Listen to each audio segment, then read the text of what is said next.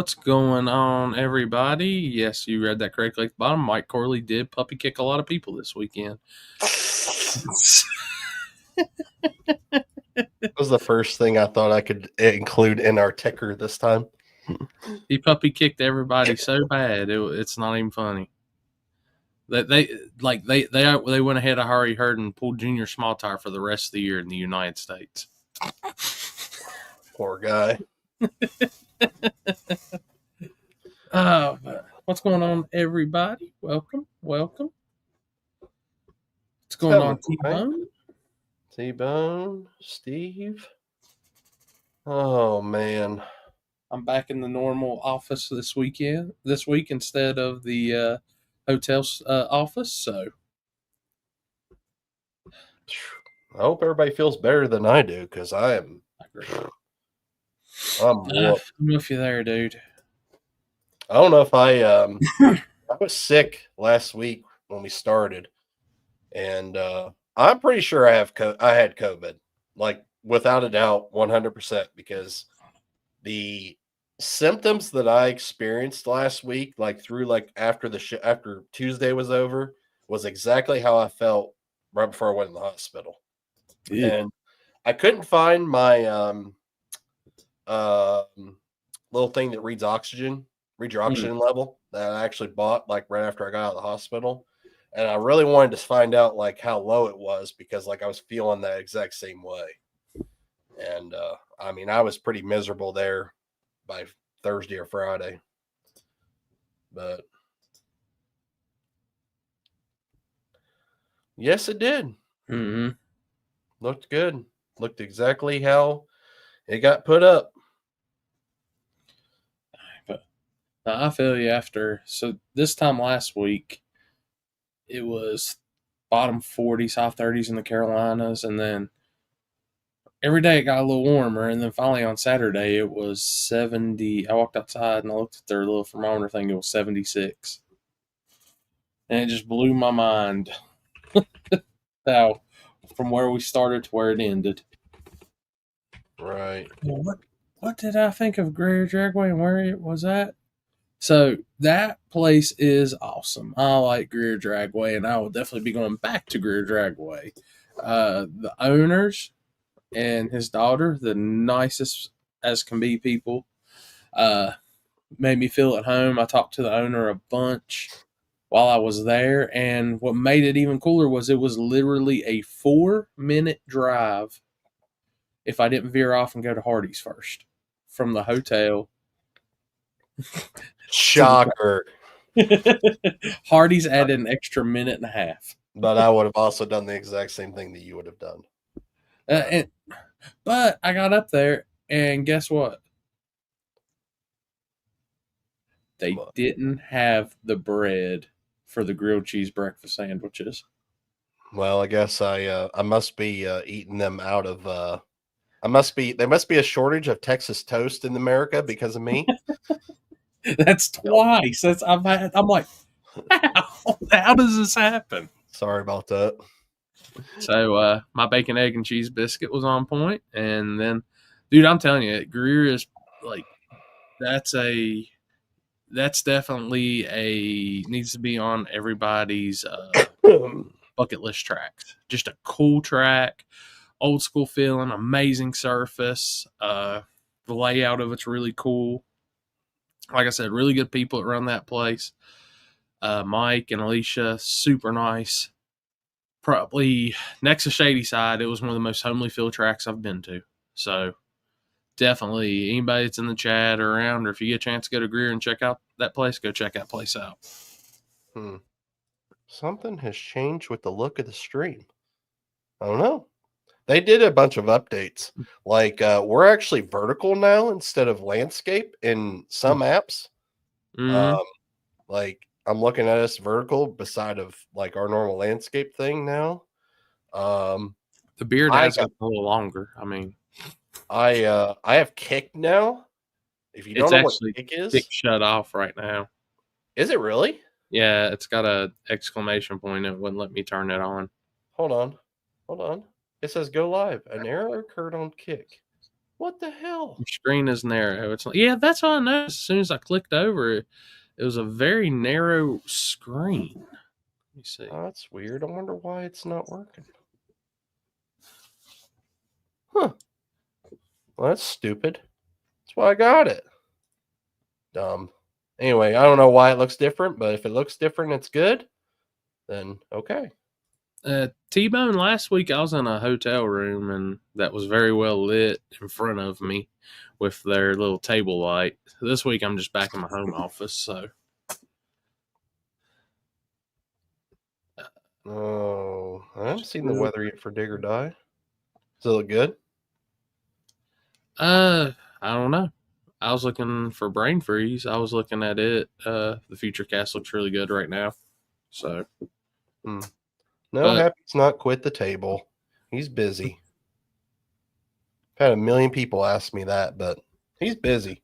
He ain't worked in a while, so he's not used to like getting home and he's got to relax and sitting at home all day, stuff like that. y'all going to the Nah, I'm not going to the winter series. That's my plan, Chris, as far as I know, unless something drastically changes with this interview that I have in 3 weeks. Is it 3 weeks? Mm. Yeah. Yep. Wait, no, it's 2 weeks. Wait, holy fuck, I'm losing my track of my fucking days. No, it's 2 weeks. It is 2 weeks. It's 2.5 weeks. Yeah, because that's when Snowbirds is. Yeah, Snowbirds, Dig or Die, and Brain Freeze all the same weekend. Yep. So, yeah, who is this guy? Who Happy? Yeah, we don't know who Happy is. hopefully the Gobbler race says, yeah, I'm thinking it's gonna. I look at the future cast on it. We're looking good for it. So, yeah, no live streams at DoD this year, guys. So, no, we will be at Snowbirds. That's what we were just talking about. Snowbird Nationals is that same weekend as Dig or Die, and that's the first 10-5 race, and then there'll be a Low Gangsters race as well. So, Chris Tucci, you coming my way that day?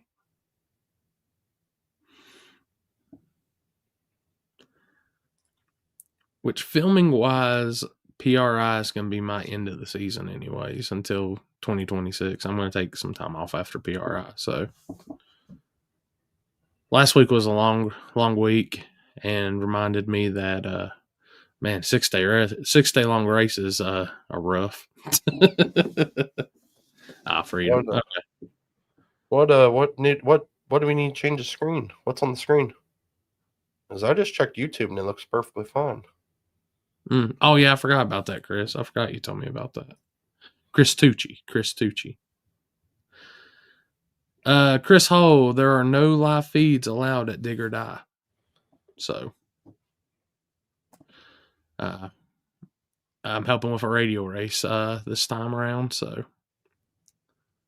oh, that's fancy. Chris Brosco, yeah. Except for me, I'm gonna be waiting on all the internet updates because I'm not paying for Flow. Yeah, the Winter Series is going to be a good time. I think. I do know that Billy and Tommy are going to be there for all 3 races. They're saying YouTube's in portrait. I just looked at YouTube and it looks perfectly fine. Hell, I look. Now there's 2 different versions. Now they do offer, you could watch it in vertical or you can watch it in landscape, either or, it doesn't matter. You might be on the vertical one and you just have to switch to the other one. Because the vertical is for like there's another tab on YouTube because there's some streams that are vertical. Oh, Franklin, I just posted a little bit ago all the classes and rules on Shady Side's page for Brain Freeze. Let me go back.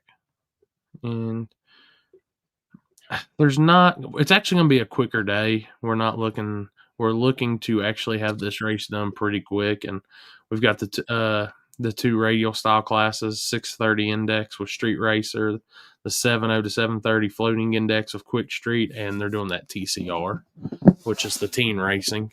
Corey's stream is messed up. I mean, I just pulled it up on Spooled Media and it looked fine. Yeah, I have it in 2 different ways because it's showing I'm 2 different lives right now. There's 9 watching on one and there's 23 watching on the other. So literally there's one stream that's vertical and there's one stream that's horizontal or landscape, as you would say. So Let me look. That's probably why. Mine, that's how mine is. Let me go look at yours. I mean, I pulled it up on my phone and I see yours is vertical. Mine says it's horizontal. I don't even see where he says it's vertical. You got both. Okay, so both yours are up. One's 24 are watching on the normal, or 52 watching on the normal, and then the other 24 are watching on its vertical. Folks, I can tell you who to blame on this. I'm going to bring him into the chat now.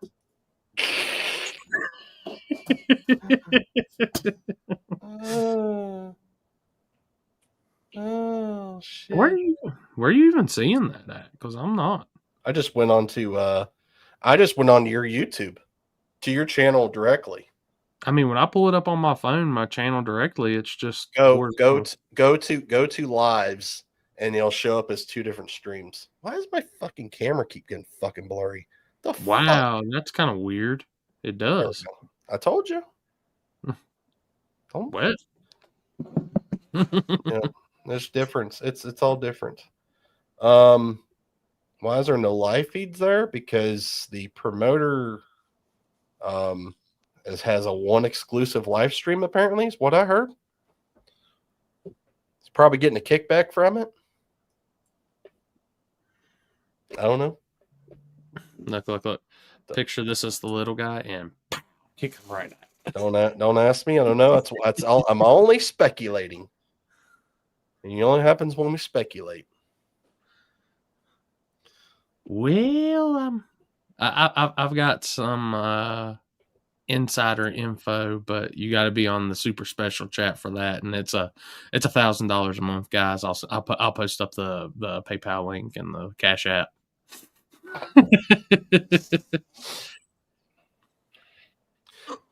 T-Bone, I see your question.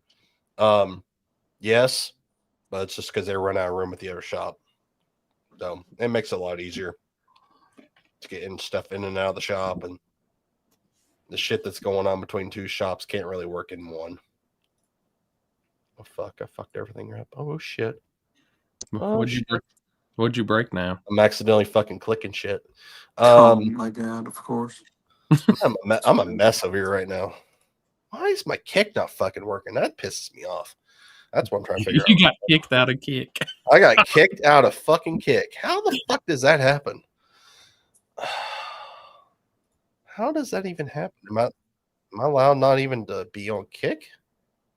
No content available. There are no videos. Cool. It's a mess. I'm going to remove it. Let's see if I can edit it.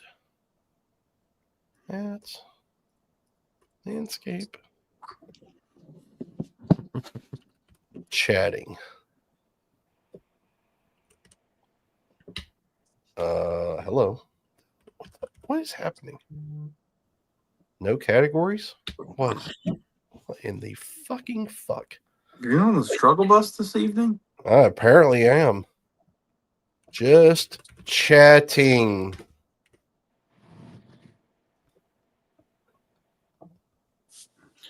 Yay. Spooled stream is the same as Chris vertical version. Okay, I see now. If you actually look beside the people that's commenting, it shows that if they're in vertical or not on YouTube. Correct. Yeah. So Steve, you are in the vertical version, obviously, which I'm gonna go in and figure out how to turn that shit off. Well, I can do that here. Hang on. Let me edit this real quick. I'll get you. I got you. Oh wait, no, I can't. We'll probably have to do it on the next episode. You'd have to do it on the next episode. The next episode. Hold up. Yeah. Yeah, I have it on both. I have it set up like that. Like That's why it's like that. But you can literally switch over to the other stream. Like there's two different streams. If you go into your live tab on like the actual channel page, oh my gosh, Harry, you know what? I'm just going to show you. Hang on. Let's just make this real fucking easy. Yeah, everything was fine until Alex got here. This is Unreal. All right, it's up. All right, is this up? Oh shit, my shit's lagged. Okay, let's go to. Oh, look at the emo chick up in the corner. Media. It's music videos. Fuck off. All right. I see. Go to Spooled Media. We're on Spooled Media. Spooled Media. Go to this live tab. Damn, I was live a lot last week.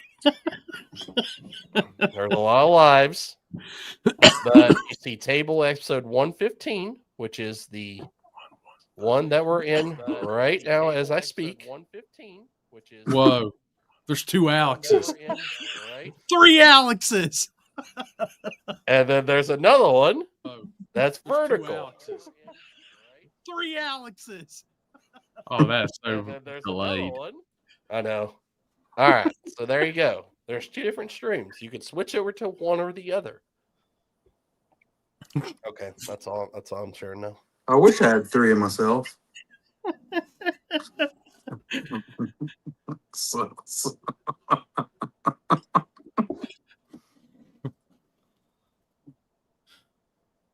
Chris's algorithm stream is the same as you got booted off Facebook apparently.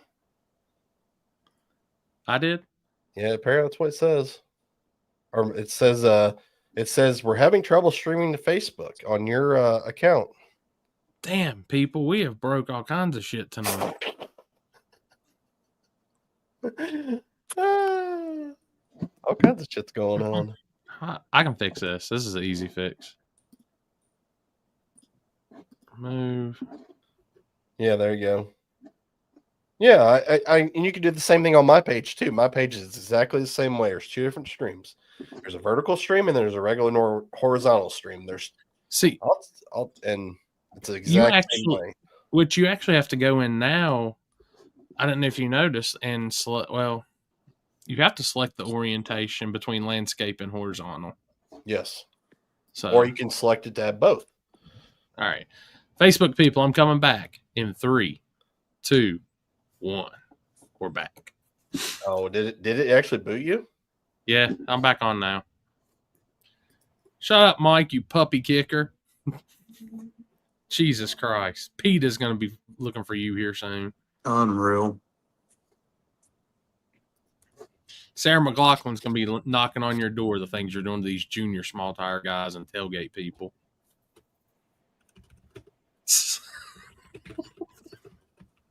Wait, let me just ask a question for everybody too. That was at South Georgia Motorsports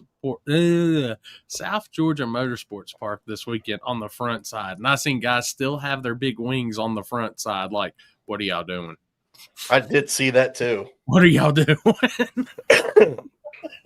I mean, maybe they just didn't want to take them off. I mean, look at all these internet records right here. There's 2 internet records, just 3 actually, 3 internet records. True Street tailgate truck. That's crazy.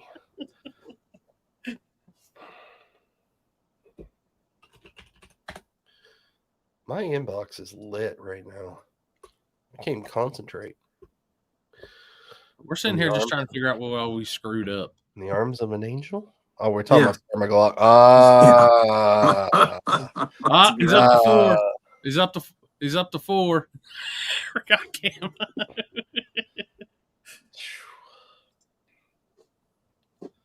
That is true. I'll tell you what the problem is. They didn't go to Crystal and get many cheeseburgers. That's the problem. That's Mike's fault, from what I heard. What bougie ass place did you take Alex on Sunday? Is the question. Was that Sunday or Saturday? No, that was actually Saturday. With their, like, fingers turned up and all that. Yeah, and there was a bunch of cats hanging around, and I've never seen so much pussy around Alex. Canadian Alex. Sorry, Canadian Alex. That shit looks nasty. It's mini cheeseburgers. What are you expecting? You expect them? I mean, it is Mike Corley. I know you're a fine diner. I mean, Austin Steakhouse. Where's that at? Is that in Valdosta? no, it's Austin's. You know, Huh? Listen, it's Austin's. when you go to the Winter Series, Chris, you need to go into. I don't remember what town it is. I think it might be just outside of Bradenton, a place called Salt Table and Bar or something. Go eat there. It's a little expensive, but that's when we ate when we went to the U.S. Street Nationals. Oh. Hide your puppies. Hide your puppies. Alex, be careful. Tell your dog get under the table. I'm in the dark, and I ain't turning the lights on. Jesus. Damn, do you not pay the power bill in Florida? No, I'm laying on the couch. I really wasn't going to come on, but now you guys are fucking chirping so much I had to get on. I can't type anymore. You're welcome. I just called to say, or message to say hi, but you dragged me into this fucking train wreck. Well, we've been keeping the train wreck to only 2.5 hours recently, so Thank God. That late. Yes. Where the fuck has Happy been? Dude, he's a working man now. Yeah, but he quit. What? Now that he works, the rest of us worked and we're always on here. Now he works, he can't come on. I don't work, so I can't say it. Yeah. Well, that's true. I mean, I work. Neither does Corey, so I don't know if Alex does or not, but that's two. I do. Okay, I'm at work right now. No, 50-50. Chris can attest to this. I spent all day last Tuesday at a Dragon Drive getting set up, doing all that stuff. And I told him, I said, hey, I might be a minute or two late, but I'm going to try not to. I was dead on the start of the show. He was. He was. Yeah, we slacked a little on being on time for our show, so. We try, though. We try our best. Yeah, we use Canadian time, so it's a little off. American Standard Time. Viewer question for you, Mike. Is Corley... it's hard to read on your phone. What does it say? Is Corley in witness protection after bombing the puppy mill? It ain't puppy kicking. Tailgate class is tailgate class. Anything with a tailgate. I like this comment, too. Puppy kicking ain't cheap. Keeping the lights off are a small sacrifice to pay for that privilege. Yeah, damn right. They know. They get it. I think we're going to have to start naming his class the catch net class, because last time I checked, there ain't a tailgate on that truck after Saturday. Hey, I guess you weren't around in the 90s, in the mini truck days. That's fashionable. I'm bringing that back. 1990 tailgate style. Jesus.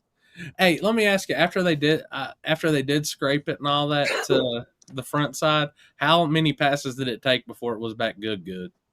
One.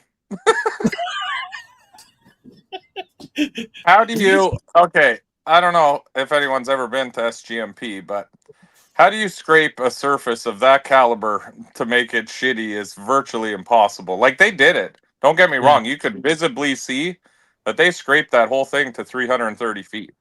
No, you can't make that track bad. Yeah, like, it's almost impossible to make it bad. But I've never been there before, but what a facility! Like, oh, dude, it's top notch, man. That's one of my favorite big tracks to go to. Yeah, it was.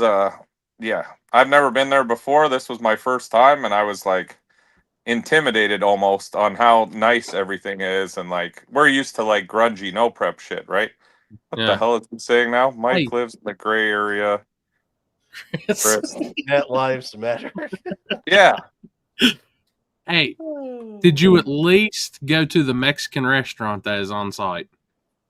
The Mexican restaurant on site. Where? Yeah, the concession stand on the. The concession stand. That's not a Mexican restaurant. It's close enough. I mean, the food was good coming up. Everything was good. Like, the only thing that wasn't good is it seems that Georgia doesn't no prep race whatsoever. There was Clint and some other guy, Bondo Bob from Georgia, and maybe two other cars from Georgia, and that was it. Oh, Alex sucks, by the way, for sending me the picture of the pizza from the dough truck. Like, he's an asshole for that one. Their pizza. That was good. Their pizza's great. 100%. I mean, the race was absolutely awesome. I had a killer time. It just sucked that there was we brought all of Florida to Georgia, and Georgia didn't show up. I don't think there's a lot of. I mean, like Georgia's like a weird state. I think because you got like a bunch of racers from the Carolinas. You got a bunch from Tennessee. As far as no prep, I'm not just saying racers in general. Alabama is kind of Mississippi's kind of better. Oh, there goes Mike. Well, didn't pay the electric bill. Apparently Didn't pay the cell phone bill. Obviously, he didn't take his Starlink with him to Florida. I mean, Florida is obviously it's kind of up there because there's some racers, but I don't know. I don't really have an explanation why like there would have been more people at that event, other than it's the end of the year and either people's broke or they're broke, either or. As far as that type of racing, I wouldn't say everything in general, but which honestly, like I said, when I did the Darlington races, I never had many guys from Georgia. I had a few, but not many.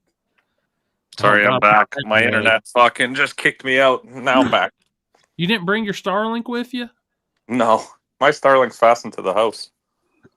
Dude, that's a 5-minute job taking it. I know. I should have.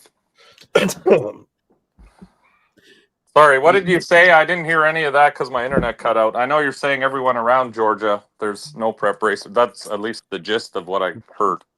Yeah, so basically, like, I'm just saying that, like, I mean, there's some Georgia racers out there that know prep and stuff. It just seems like that state probably around the, like, surrounding is kind of like maybe like, you have states like that where like you see a lot of guys come from that actually race, and then there's states out there that you don't see that. I mean, like you go to like Maine or Vermont, like any of those places like that, like you're like, no, who races there? Because you never hear anything. Yeah. Like what Wesley said, it's a lot of grudge and radial racing in Georgia. Yeah, I think there were a few things against us on this one. One, it's November. Everyone's kind of winding down from the season up north, so no one came obviously down from up north. Florida, this is Florida's racing season, so everyone's hyped from Florida. And like you said, Georgia might be more grudge race, front side, sticky track people. So SGMP is not really their no prep facility or whatever you want to call it. Right. But we're going to try it again. I mean, I like I said, that facility is so awesome. If we can get some people to come out, like we had a blast. The backside's challenging as shit. The front side's really good. So you get a combination of both surfaces, like the best of both worlds. That was my favorite part.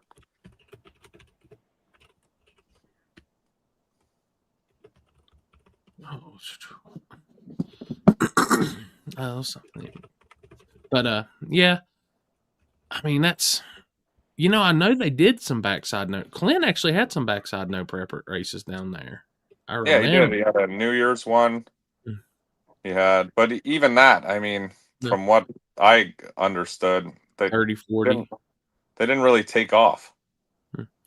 Now, I will say this: if thanks, brother, I did anything different, if you're doing anything different, Mike, I would switch it around and have the backside deal on Saturday and the front side on Friday. Yeah, but we had the backside Saturday night and no one signed up. I think, well, so I kind of think that like, I just don't think an event in one, like doing two different events in one day, I don't think it works. The only reason I say that is if you bet at the track all day, and there's regardless if if you had a lot of racing there or you didn't. Yeah. I think it'd be a lot of that's a lot of time to, I assume a lot of the guys that did race, they on the backside Friday night, they did convert their cars over to race on front side on Saturday, correct? Yeah. I feel like at the end of the day, I don't think anybody, and this could be just laziness or they just don't want to. They didn't, feel like converting the car back over to go back to backside again. And that just could be just the logistics of it, because the West Virginia race, we raced all day at the front side of the track. When it came to do the backside, there was only like 6 cars that wanted to actually do it. Everybody else loaded up, went home, and they were tired. They've had a long day. And yeah, I agree with that. We tried to do the backside just because that's what I heard Friday. All these people were complaining, oh, we want to do the backside Saturday. So I was like, okay, well, if we bang out the front side stuff, because we already said we're doing that. I said, okay, for people who wants to do backside, come, Saturday afternoon. But no one knew came. Like I said, I just something, I don't know. We have to rethink this whole thing. I don't know how to explain it. We got to see if there's any interest. Maybe there's no interest in that style of racing in that area, and it is what it is. You can't force people to no prep race if they don't have any interest in it. You know what I mean? Yeah, 100%. Trust me, I've had some bad events before. It sucks. Trust me, it's the worst feeling in the world. And sometimes it works. Some places it works. Some places it doesn't work. But you kind of like find that out once you actually have it, and then you kind of know. Yeah.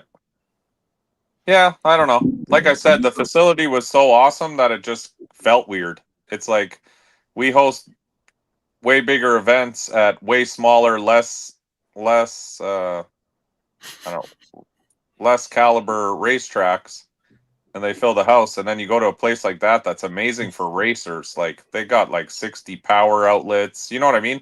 It just was like, this is like a dream place to race at, and just no interest. It's weird how that works, ain't it, Mike? Yeah, it was just, I don't know. I guess it surprised me, to be honest. Right. Because all the things people complain about wasn't there. Mm-hmm. You know what I'm saying? Like, they say, oh, there's no parking. Oh, there's no this. Oh, there's no that. Oh, I wish we had power spots and blah, blah, blah, blah, blah. It goes on and on. And then you get all that stuff and you're like, well, here's everything you guys have always asked for. And it's the like weakest turnout. So it is what it is. Orlando's looking like fire as usual. So we move on, and Thanksgiving weekend we bang out Orlando. So it looks like it's we already got a shit ton of tickets sold.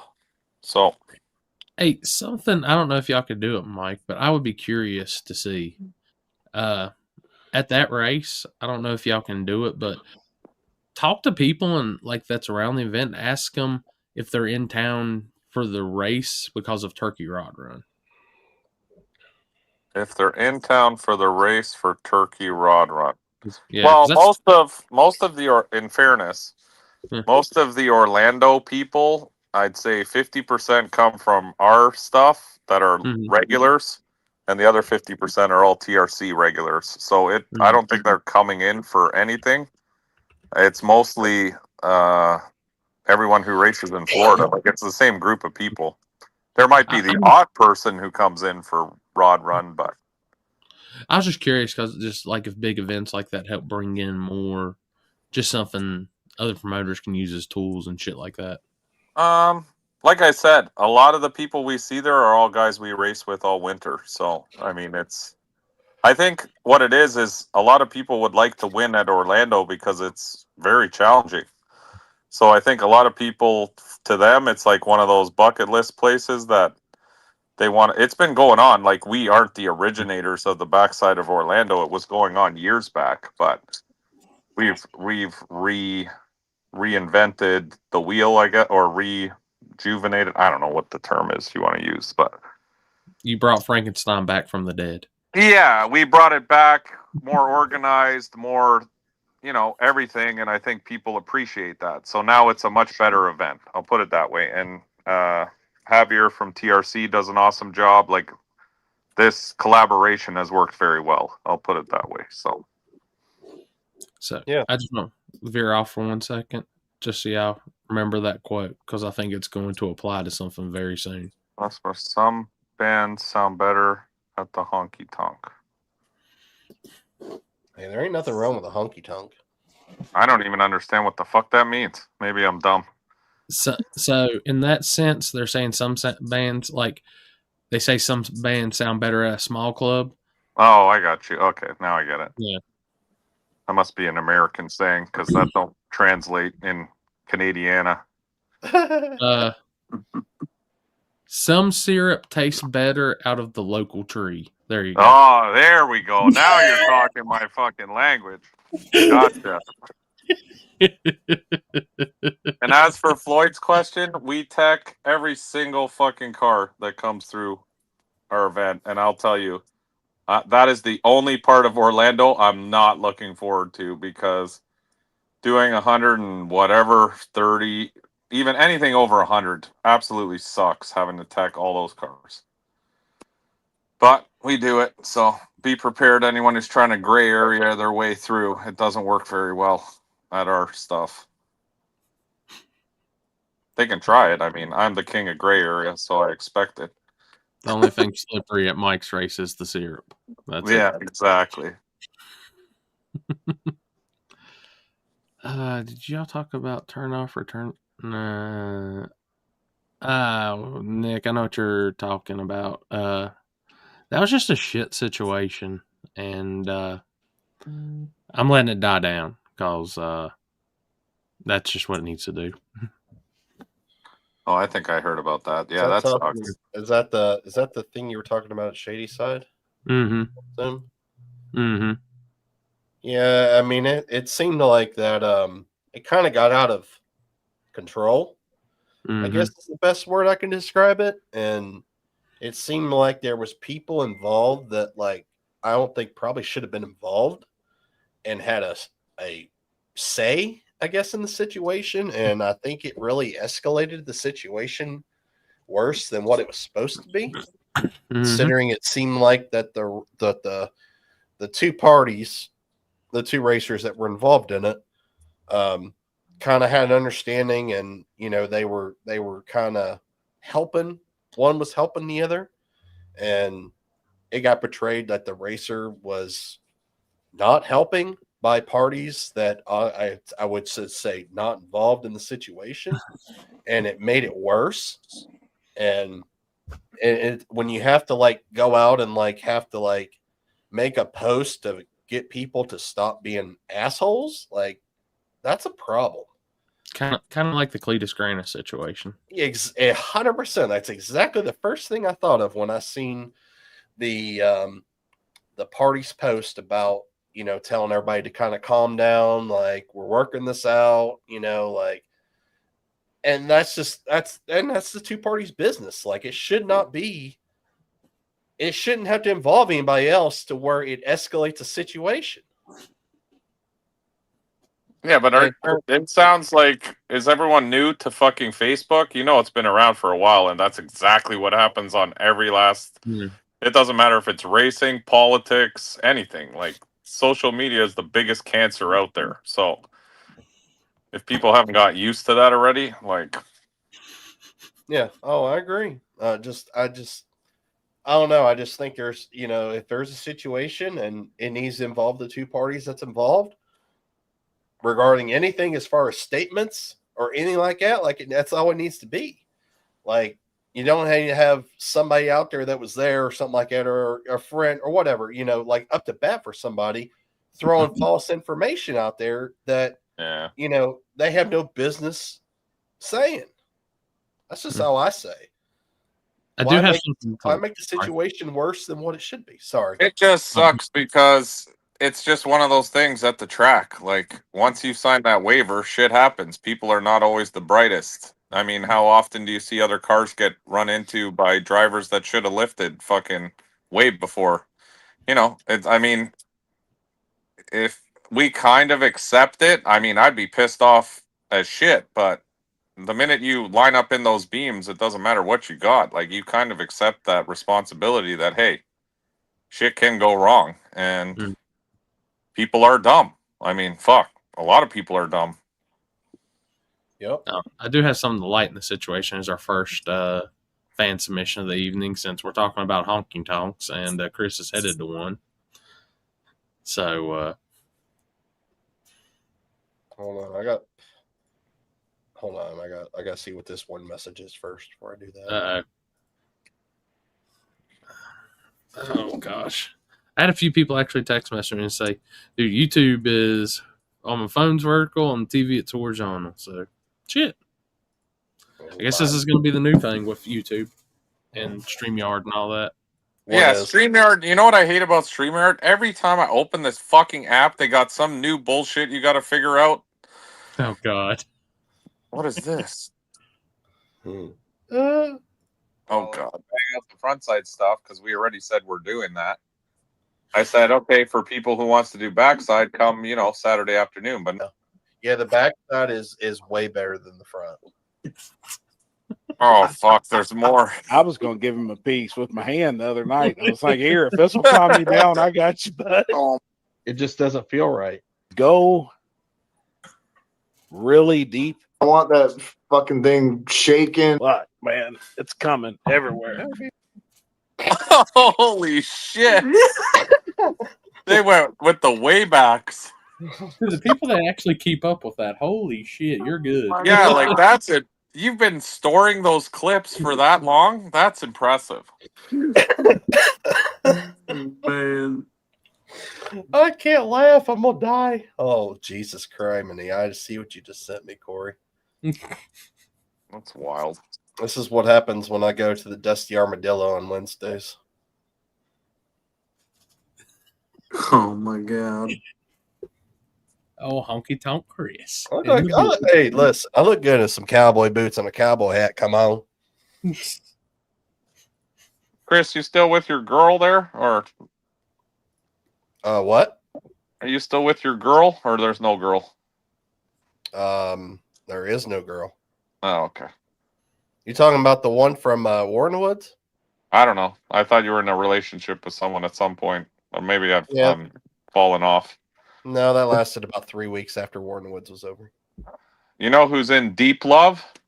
Canadian Alex. Holy. I heard. Fuck. Deep. I heard. I mean, drowning.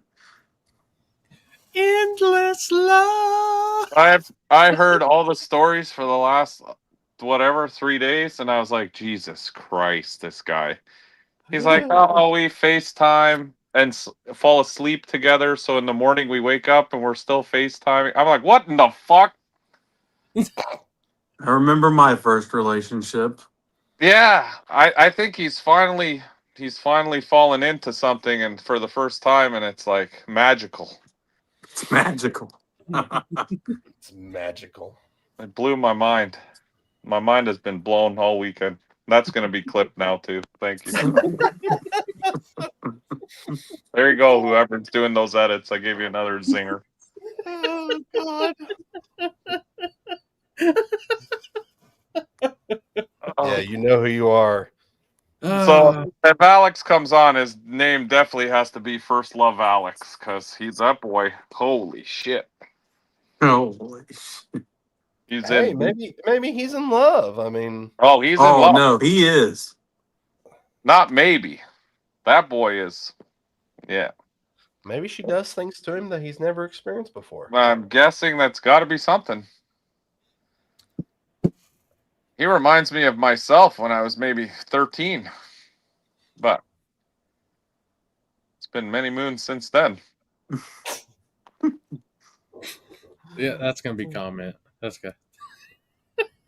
Oh, for sure. Not 100%. We love you, Alex. You know that. This car is the first thing she's going to make him sell. I think she's into cars.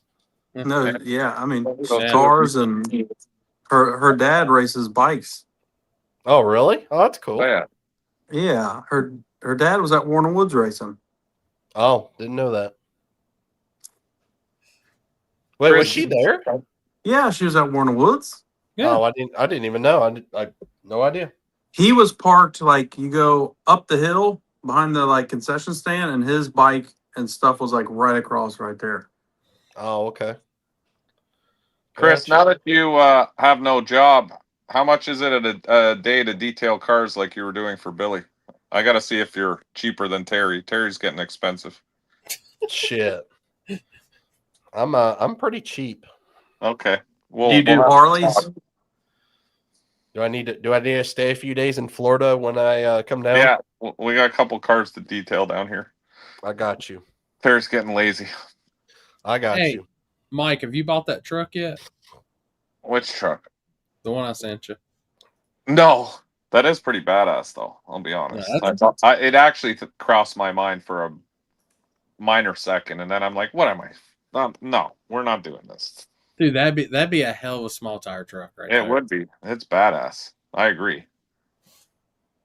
Chris, is Billy coming to Orlando or what? Or is it going to be the fucking surprise? I'm here and we're sold out of tickets, but because we're Billy, I got to give him a spot. No, sir. They will be down the following. He's already converted the car back over for front side stuff. Yeah, I So- saw that. That's why I'm asking. I didn't know if he was coming like a week early and all of a sudden he's just going to appear and then fuck up my whole rotation. No, so Wyatt's second birthday is on Friday. So Okay. I'll be I home. just wanted to confirm because we're running out of tickets for small tire stuff, and we are actually trying to cap it this time so that we have the proper numbers in every class. I don't want to have one straggler fuck the whole system up. You know what I mean? Yeah. So- They'll be staying home for that. I do know that because their party's on Friday. Unfortunately, I'm going to miss that. So Okay, But- no problem. Just wanted to confirm. yep. Yeah. So why do you have no job? You're not working with Billy anymore, or that's not really work? That's like part-time shit. Yeah, I just help him on the weekends. That's all. Okay. When we go to races and stuff, and line up the car and film a little bit and here and there. I have a pretty big interview coming up here in 3 weeks that hopefully is going to be something pretty big, especially in the motorsports portion of like this whole deal. So I'm really hoping that's going to work out. And I've been waiting probably about a month and a half now for that to finally come around. So hopefully my wait is worth it. Oh, so Grinder's opening a motorsports division, or what are we talking? Breaking news. Yep. Sorry, I had to fuck with you. No, that's good. That's good. You know, Dude, Yeah. Ed, I seen that come up in my chat this past week so much. What, Like- Grinder? No, they're asking if Billy was What the at fuck? Street Yeet, and I was reading comments. Sorry. Oh, I was like, yeah, that was an is awful not fucking his segue race. you just came into. I know. It's a table. What do you figure? Oh, I was thinking about Chris when we went to fucking eating those buns at Roadhouse, Texas Roadhouse. Wait, They would look you go like they look like hamburger buns. That is not a roll. Oh, God, Rolls don't should be round. really. Okay, Really? it depends on what roadhouse you go to. Because there's certain roadhouses where there's nice big buns, and then there's some roadhouse that are small buns. Alex is Alex. I like Wow. big buns. buns. Georgia, I like they big the buns. Big buns. That look like hamburger buns, and they were saying they're rolls, and I'm like, you can cut that thing in half and shove a hamburger in the middle of it. That's a hamburger bun. Sorry, but not sorry. You know, I'm kind of worried to go to Canada now because I'm thinking when I get a hamburger, they're gonna hand me a slider. I can confirm that they don't do that. Oh, and crystals, bringing up sliders. I wouldn't eat that shit if you fucking. That was the last shit on the planet. Even the picture in the drive-through menu looked like ass. We pulled up to the drive-through and Alex starts going, "I'm not eating that. That's diarrhea food." And I said, "Yeah, I ain't eating this shit either." And then where do we go? Taco Bell, even fucking better.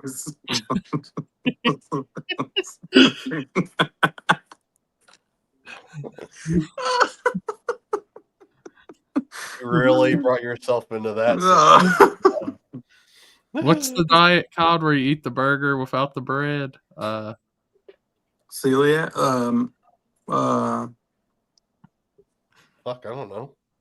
Who Uh, who the fuck eats their shit without a fucking carnivore, bun? like a Is the carnivore question. diet or some shit. Fuck that. Alex, the other Canadian Alex eats hot dogs no bun from the back mouth. Look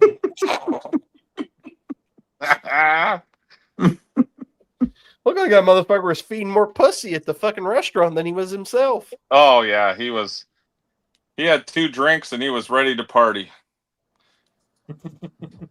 And then yeah, I don't know what amazing steaks. If anyone's in Georgia around where were we? Valdosta, Austin Steakhouse. Don told me from the track, he's like, if you guys want killer steak, go to Austin Steakhouse. It's one exit south of Valdosta. Amazing steaks, amazing restaurant, huge restaurant, like the biggest steakhouse I've been to.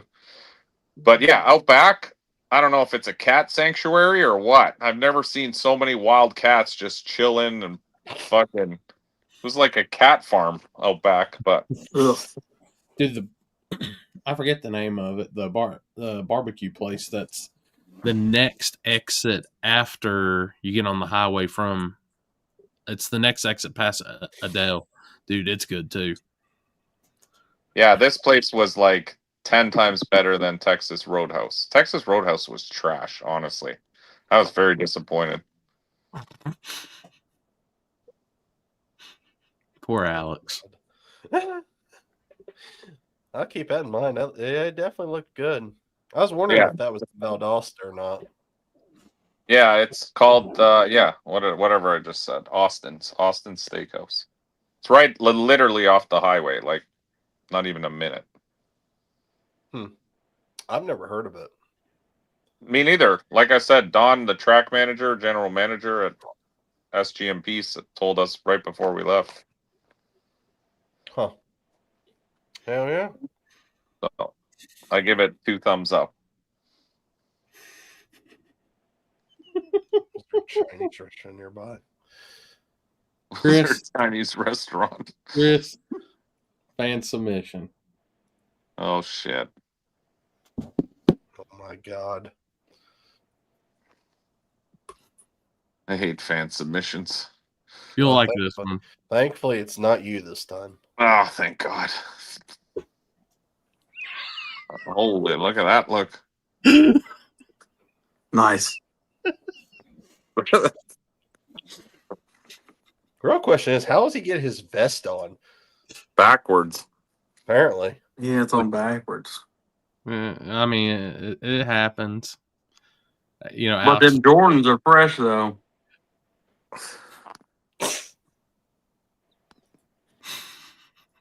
Jesus. The cats were livestock. Jesus Christ. Yeah, I've never seen so many wild cats. That was a first for me. It's Valdosta. I mean, I've seen some crazy shit in Valdosta.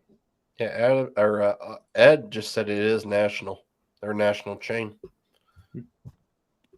Yeah, I've never been to it. When we got off the exit at Valdosta, they had every single kind of fast food that you could possibly name. I don't think there was one restaurant that wasn't on the main strip where our hotel was. I've never seen that many fast food places in one row. It's called Austin's Cattle Company. Yeah. That's what it is. Yeah, that's different than what. Oh, yeah. They have one of those in Concord, North Carolina, down from ZMAX. Austin steak, seafood, and prime rib. Ooh. Yeah, very good. Let's see what they The got. Treehouse is close to Orlando. I gotta check that out then. Sounds like a strip club, but either or. They have no prices. They have no prices on their sandwiches. That is definitely that's a good sign. Yeah, that's when you know you're going somewhere bougie. When it's got no prices and they just surprise you with the bill. Hey, ta-da, motherfucker. That's a $300 steak.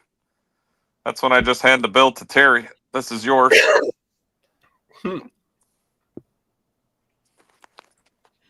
Yes, yes, they were.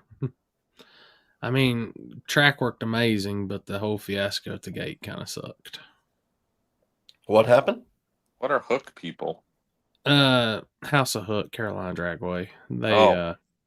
There was a very, very, very terrible mistake in scheduling on a lot of parts, and it sucked. And I was just me, guy. It's not my place to say this or that, but the racers had to wait a good while on the outside. A lot of those guys were changing their cars over on the entrance road, waiting for the gates to open. So, What did you do? Have an event going on that same day?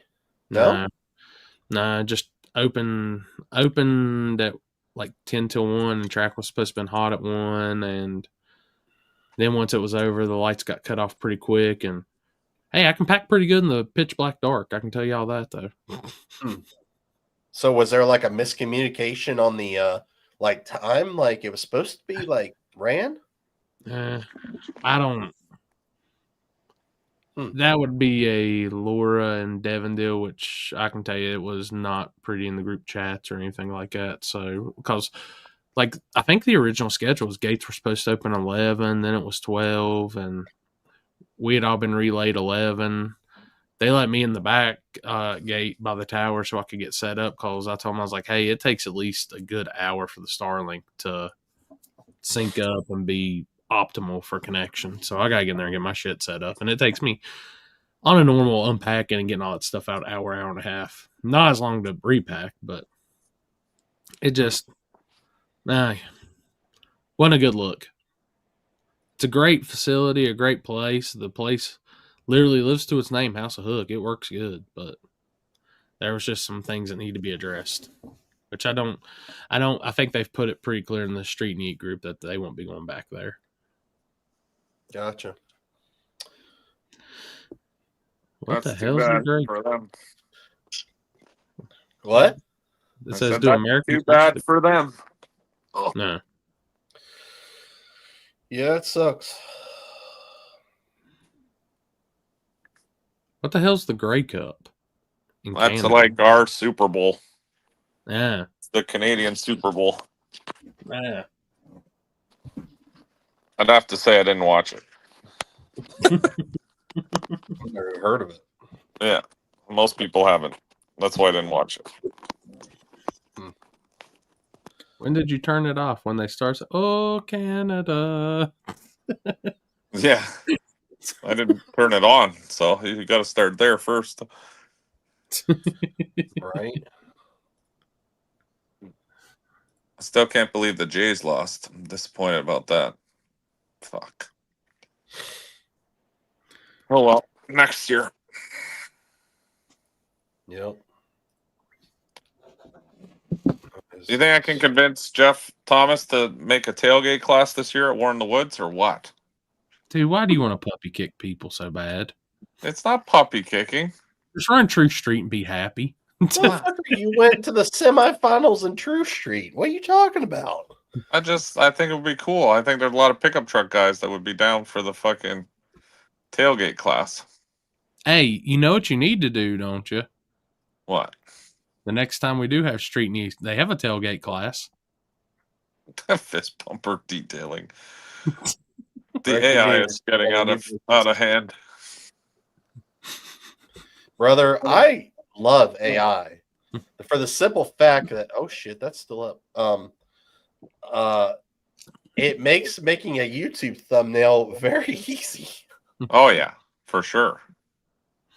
Hey, a no prep truck came and won the tailgate class at Street and Eat this year. A no prep truck, sure. Yeah, I Adam believe won. that. Adam's truck looked good all week. It was this idiot. That class. Let me guess now. My fucking tailgate is going to be cheating as well. Just another fucking thing to put on the list. Speaking of tailgates and cheating, when are the True Street rules going to be finalized for 2026? Because the reason I don't have a tailgate now on my truck is because I redid the whole wing to make it work with the original tailgate. And I don't want a double wing right now because I hate that look. I think it looks absolutely retarded. So that's why I have that net on the truck currently, because the other racing wing is fastened to the tailgate. So are My we True getting Street rid of rules. these wings or fucking what? Can you guys make up your mind so we can move forward? Dude, I finished. You want me to tell you the truth? I can tell you the True Street rules for my stuff right now. Okay, but is it going to be the same for War in the Woods? Like, is it going to be the same for I everybody? don't know. I don't know because I'm just going to look at the True Street people and be like, I have a 530 class and I have a small tire class. Pick one and ride with it. So there's no True Street. That's gay. Nah, I haven't really. I've messed with some rules and stuff, but I haven't. Can we I don't have know. like a meeting before January 1st and finalize this shit? Because nothing is worse from a racing point of view and a racer as fucking rule changes all the time, because it drives me mental. And even back in Canada now, they've decided now that we're all going to be leaning more towards street rules, but not. We've changed the names to things that are more extreme, but added more rules to make them less extreme. Daily Driver and True Street has now become basically the same shit.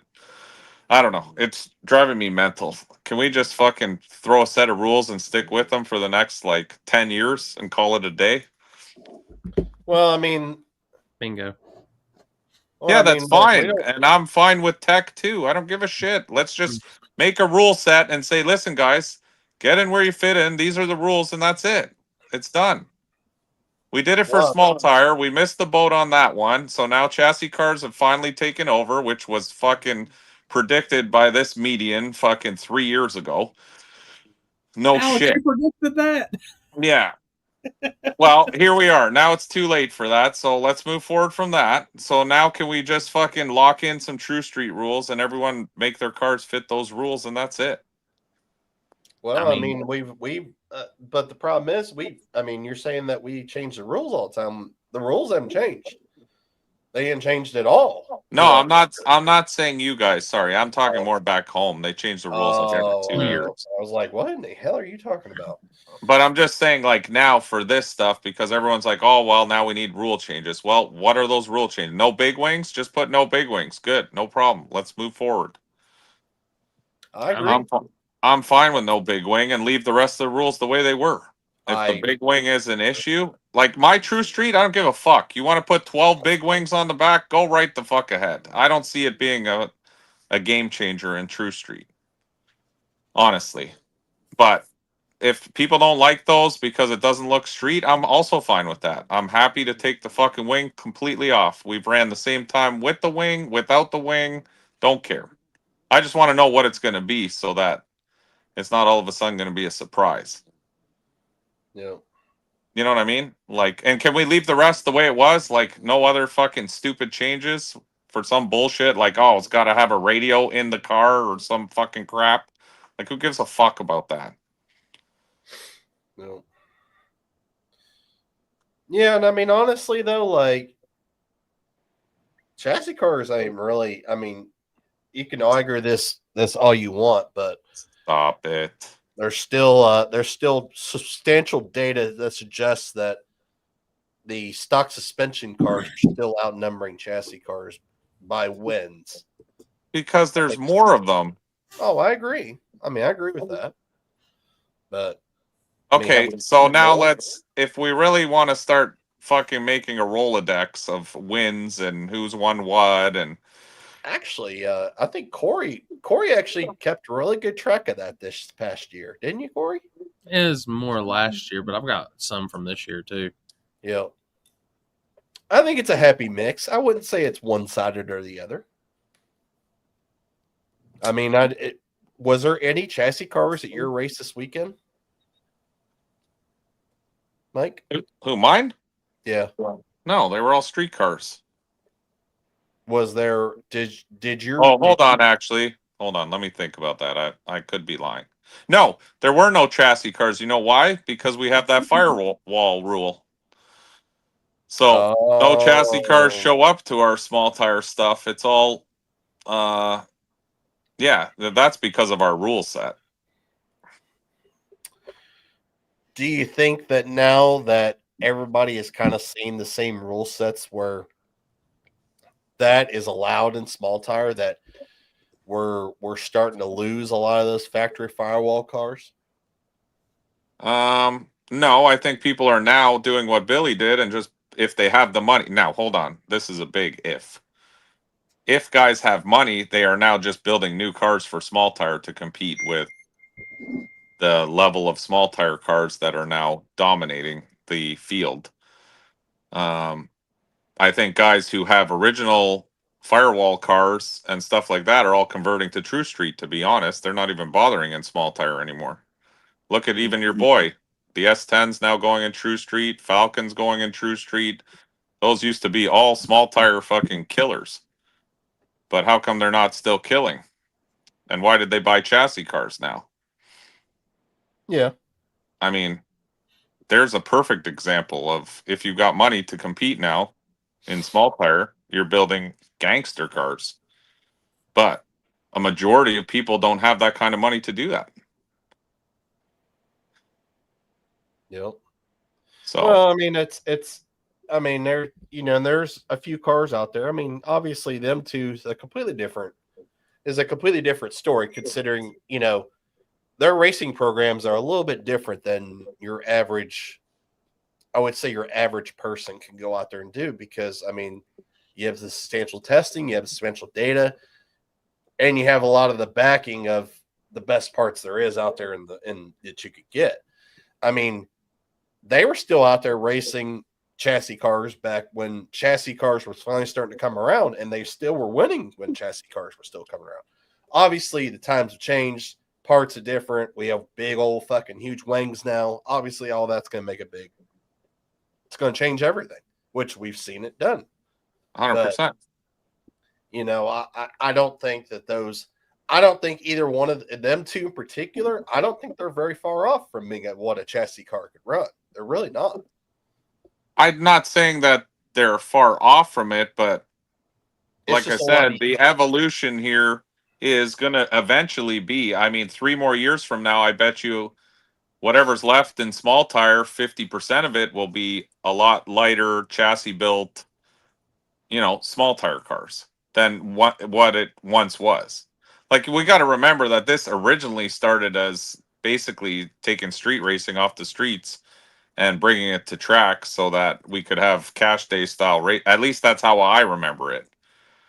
And now it's turned into, it's fucking, the cars are fast on the backside.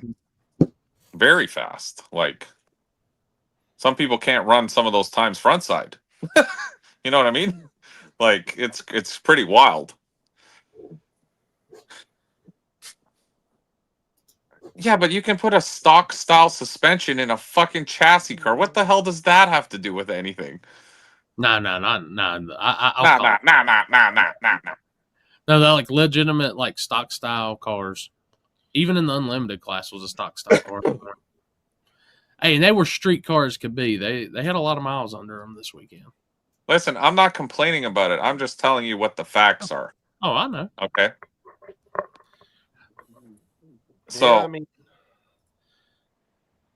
it is what it is at this point, but that's what I'm saying. If we can lock in, going back to the original where this all started before we got on the chassis car rant, if we can just lock in a set of rules now so the rest of us fucking peasants who can't afford chassis cars can at least keep our True Street / street cars the same so we don't have to keep modifying shit to follow into rule sets would be amazing. I mean, that's great and all, but the problem is like, it goes back to having all the promoters and events on a same rule set level, which we all know is never going to happen because everybody wants to have their little spice on a class and gain the I don't know what the fuck there even is to gain out of that, but it'll never always unfortunately be the same, which really sucks because I think if everybody more did that, we would probably have a little bit more racers going to each race. And I don't give a flying fuck about Joe Blow's fucking backside banger that I don't know of. I'm talking more this group of promoters races. Can we at least lock that in? Because those are the races I want to go to. I want to go to War in the Woods. I'd like to go to some of Corey's shit one day when I can save enough money to go that far south in the summer. It ain't that far. I want to go to KD Cash Days. You know, like next year, I'm honestly going to pull it back a lot because the local stuff, I don't really want to race it anymore because, again, rules have changed. Like it gets silly, and I don't want to keep changing shit around for stuff. But I do want to still go to those pinnacle races of the season, you know, the bigger races. So if we can lock that in, that's all I really care about myself. That's not a big. That's if not a guy in Las Vegas has different True Street rules, don't give a fuck. I'll never be there. Right. Well, I mean, that's not a problem. I mean, obviously, we're coming up on PRI time, which everybody will all be in the same spot here in about 3 weeks, or actually 4 weeks. So usually by that time, we usually have something together because we actually did it last year. We had the True Street. We had everything pretty much set in stone right before PRI rolled around.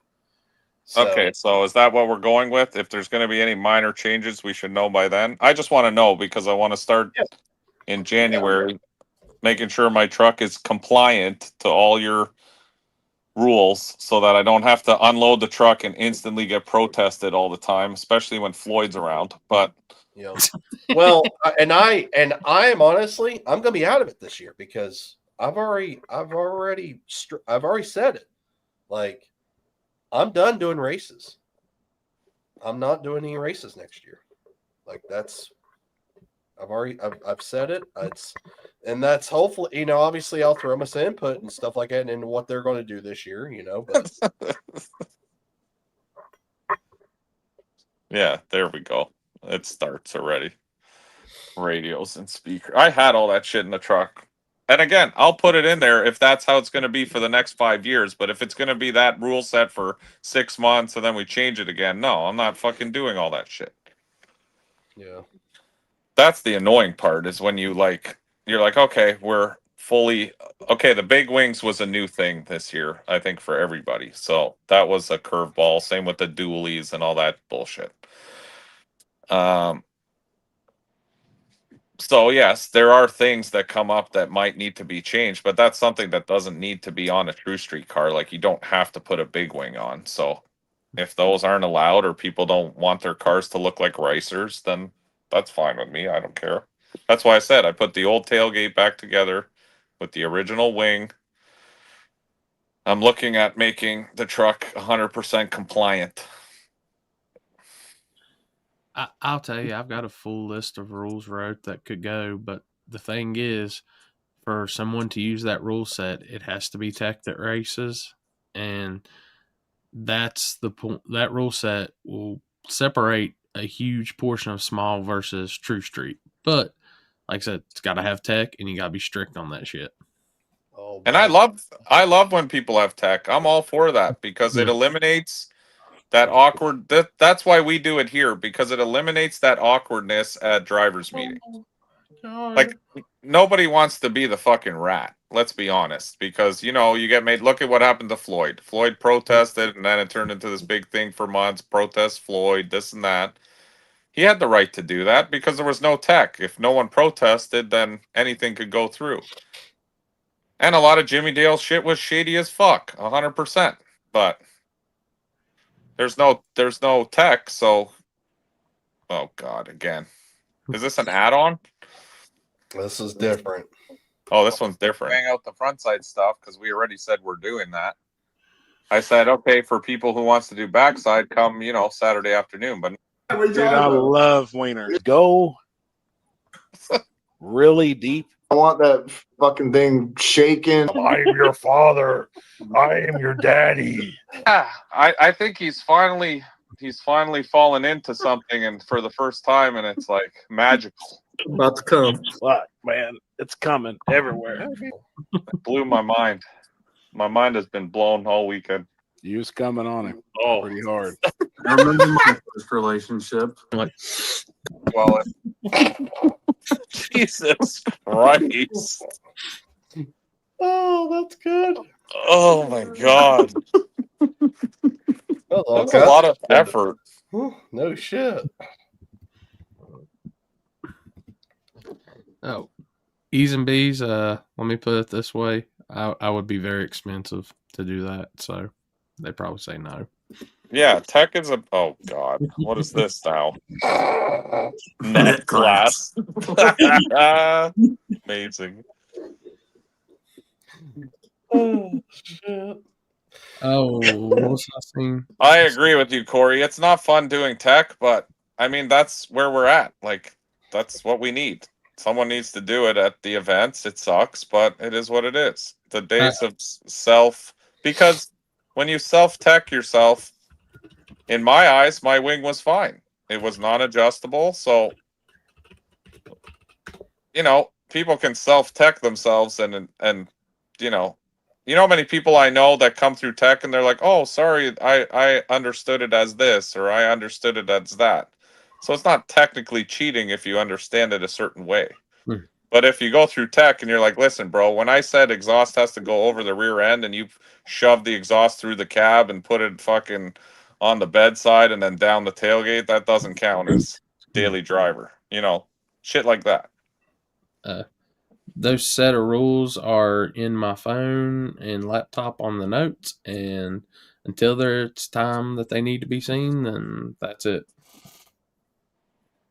But I also don't think we need a fucking super tight rule set that says fucking, oh, well, your door handles have to be held on with factory clips made of stainless and No, I don't not know. that deep.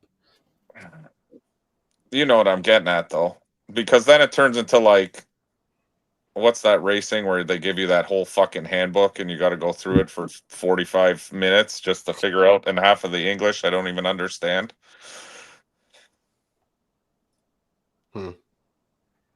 Yeah, Brian, we actually reached out to the guy that's leasing, and he's been pretty radio silent. So I'm already going to assume I know what the circumstance of that is, which sucks. But hey, I've done it. I've done it long enough that I'm content with it. It's fine. We won't do a cruise.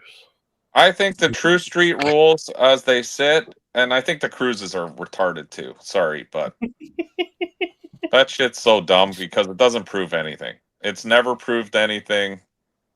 I mean, True Street is basically small tire junior now. That's what that class is built for. So people need to get off this thing where True Street is daily driver style cars. It's not.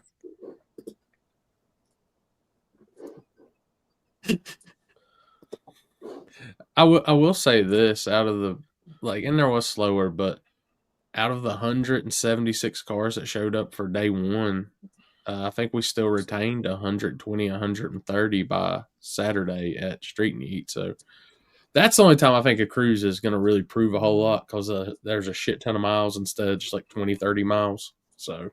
No, that's what I'm saying. When these guys have like cruises for the event, you go out around the parking lot and then you go on the street a little and then you come back. That doesn't prove anything. That doesn't prove shit. All those cars can do that. In this day and age, if your car can't go for a little cruise like that, then oh hell. Look at that mug. oh fuck. All I hear is a whole bunch of fucking complaining. Sprinkle a little salt on this and let it go. No one's complaining. Who's Hey, Mike? complaining? It's complaining, asking for rules to be set in stone so we can No, build I cars for the just rules. listened to you for about 40 minutes of complaining about the whole thing. After you said I'm not complaining. Okay. You're good though. You're allowed. What's You had a the rough day, complaint? didn't you? What's the complaint?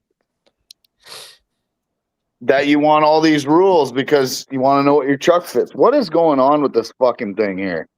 What is up in the left there? We're vertical in some apps. Oh, it's got me all fucked up because I literally have like fucking 16 screens to look at right now. Damn, Oh. it does look funky if I saw I'll being vertical. Yeah, like it's all fucked up on my phone. Like I'm literally looking at like at least 12 different fucking screens. Alex's head barely fits in his screen on vertical. I bet you can't see me. No, because you're probably sitting in the dark fucking jerking off. Yeah, I'm naked.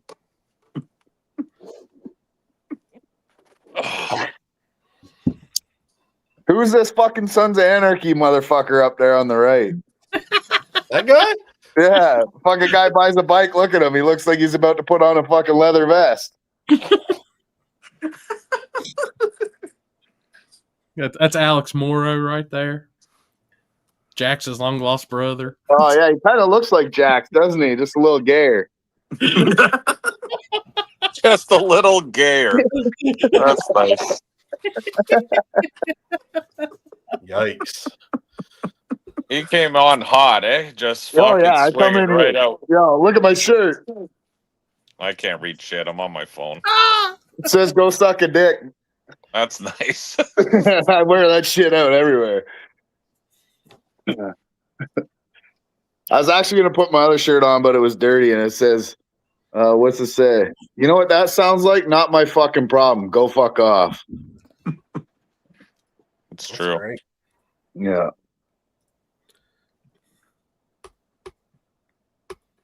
But I'll let y'all finish talking rules. I don't even want to talk. Are you going big or die, Mike? I don't know yet.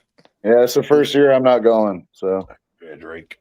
What's up, I'd like to go, but there's also shit going on down here, so I don't know. We'll see what everyone wants to do here. my shit is fucking parked for a bit anyway. Good, you'll save some money. Yeah, I don't know. Probably. Upgrade it, or No, fuck, I'm burnt out, man. I'm tired of all this shit going on. you got your New Balances on, just been cruising the Corvette? No, don't need New Balances for that. Dude, You if already you got roll 'em. up some Canadian New Balances and cruise the Corvette, I'm telling you, that's a lot of hits on Facebook and YouTube. No, say that again, Corey. You cut out. I said if you roll up with if you pull up in a Corvette and get out and have some Canadian New Balances on, I'm just telling you the Facebook hits would be amazing.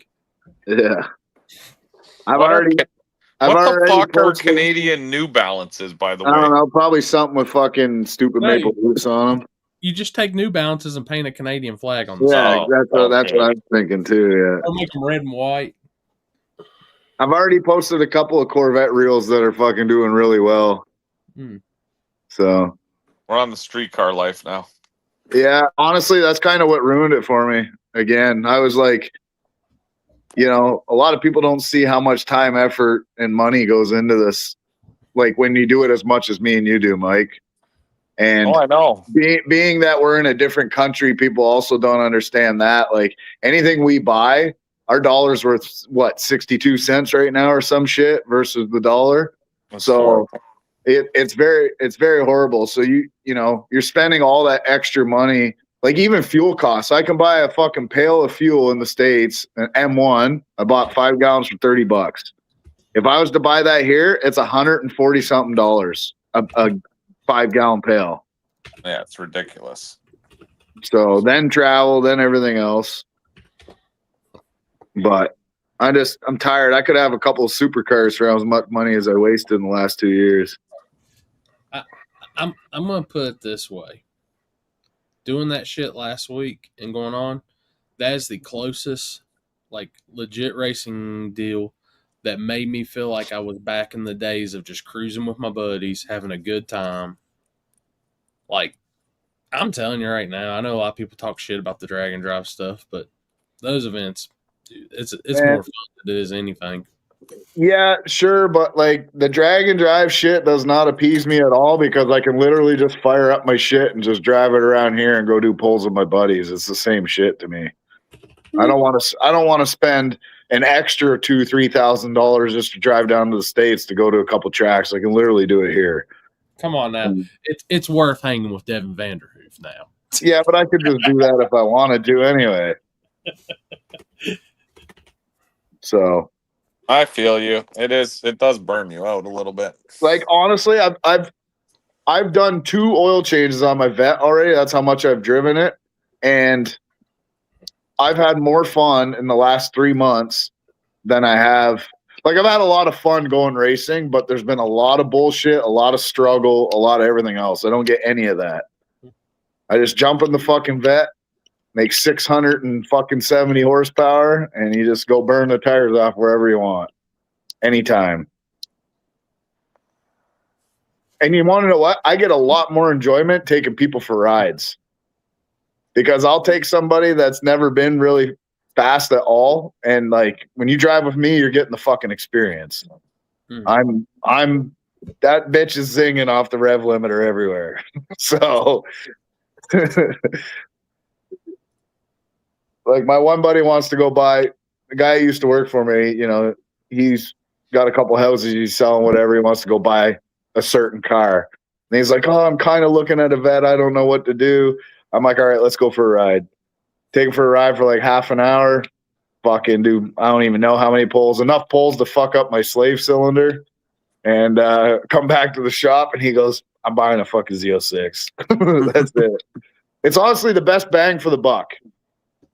You know? It handles well. It's got lots of power.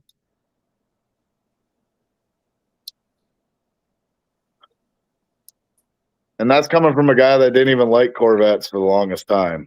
So I changed my mind. What was that? The one dude had. He had the CTS V wagon that they did the whole week with, and I was like, "Holy shit, that's perfect right there! I want that." That's because I like Corvettes. Don't get me wrong, but I'm not built to be a Corvette person, so I need that extra room. Listen, if I can fit a Corvette, you can fit a Corvette. Dude, they're a pain in the ass for me. I mean, I can fit in them and stuff. I just don't. I'm not comfortable in them. I got to have 4 doors, and I got to have room. I am too old in life now. I took the monoleafs out of this thing and put it on some good coilovers. Fuck, did it ever change it? And ain't that a hell of a difference? Holy fuck, it is way better. Yeah. Yep. Switching over to coilovers is a game changer. I've never personally done it, but I've rode in several of those cars that's set up like that. It handles so fucking crazy now. Like we got this one spot I can go to around here. It's out in the country kind of, but it's got a lot of sweeping turns and stuff. Motherfucker, even with cold pavement, I just fly through there now. Whereas before, like, you know, when you turn a corner and you got to kind of like, you know, back and forth with the wheel to keep the back end from stepping out, just try to keep it high. It don't do that no more. It's like you point and shoot and it goes. So, yep. It's pretty sick. I'm pretty happy with it. I mean, I really wanted like a fucking V10 Audi or a V10 Gallardo or something, but I'm half the cost with probably more power. And honestly, the car's super clean. I mean, it looks good. I'm happy. Good deal. And just put your blower on it. You'll be happy. Nah, it's honestly pretty good the way it is. It's more than you need for the street on a fucking street tire. And I mean, on drag rail, it'll probably go low 10s. Maybe even better. I don't know. Is it cam only car? No, all the heads and shit are done. Cam only. Yeah. Intake, full Corsa exhaust, and Corsa intake. Heads are done. Big valves, Lincoln exhaust valves. Me tuning it. So I'm pretty aggressive with it. All gas cam? Yeah, big cam. Put a 200 shot on it. Dude, I did feel for some guys because on day 2, they did break the transmission in theirs. And the one cool thing about that deal is the guy came with the portable lift, and they got up with Hawks, and they switched transmissions at Greer Dragway on the lift. Yeah. Like, I give them props because that ain't no easy job in one of them Corvettes. Needs a big lang. Yeah, I thought about it. I seen a couple I was looking at. They look pretty gnarly, but we'll see what happens. Ultimately, I think what's going to happen with this car is I'm probably just going to go every Wednesday to Grand Bend. They have an open lapping day, and it's $40. Oh, And that you would can be go fun. there. Yeah, you can open lap for, I think it's like 6 to 10 p.m. or something. So I'll Bring some probably, brake pads with you. yeah, I'm probably going to end up, that's probably where I'm going to end up this year coming, is just doing that shit and cruising the streets. I don't know what I'm going to do with the 240 yet, but that's what I used to do, right? Used to autocross and road race and shit, and I kind of miss it now that I'm back out on the street. Autocross is some fun shit. Oh yeah. I think this car makes a little too much power for autocross. Like I think like the 300-400 horsepower range is probably ideal for autocross, but unless you're in a front wheel drive Honda, then maybe like 250, 260. So my original 240 with the SR20 in it, that's what I used to do, was just autocross. And it was perfect. It made like 300 horsepower, just enough power to, fuck shit up. Dude, they had a badass 240 on that deal this past on Street Neat with a 2J in it. And dude, oh god, every time it came up, they had two. There's a guy with him, then a guy had an LSA blower deal in his. And I love them. S14s too. Ooh. No, S15, sorry. Hey, my kick's working now. Yeah, I seen it in green. What the hell? Obsolete font 7 whatever it is. Spam bot. I think Durka in their cave. I was thinking about picking up another 14 S14 and building the actual True Street car gang now that it's fucking big. I got rid of my fucking car. You and then all of a fucked up. sudden- Yeah. I wonder if I could buy my old one back. I should message Buddy. You should. And just take the motor out of that small tire pro mod and put it in the True Street car. Yeah. Mm. Mm. Mm. Hmm. Leave that one car alone. That car's fine. Just that could be if I need a small tire purpose. Don't redistribute parts out of it into another one. Honestly, That car in I 1 just saw year the is whole no thing. longer going to be competitive. I don't know. I don't know. I've been doing all right with the bullshit I've been working with. That's for sure. I mean, it looked good. I haven't I got don't to think see it it will be. on some other stuff, but it looked good at Cletus's deal. Well, does, yeah, but doesn't have enough balls. Well, fuck, it goes 480s. That's not enough nowadays. Yeah, I'm talking on fucking no prep, bro. I mean, that's not even turned all the way up yet. All right, if you think so. And that was, I got the car 250 pounds lighter than I did. Like, that's what I've been doing is cutting this fucking thing up. But yeah, it's 250 pounds lighter than it was. I honestly think I could probably have this thing on a front side, probably 2,480 pounds race weight. And how fast will it go? I don't know. How fast do you think it'll go? If I put a radial on it, yeah. I mean, Capizzi, what did Capizzi go at that weight, Corey? He went fast. Yeah, 420s.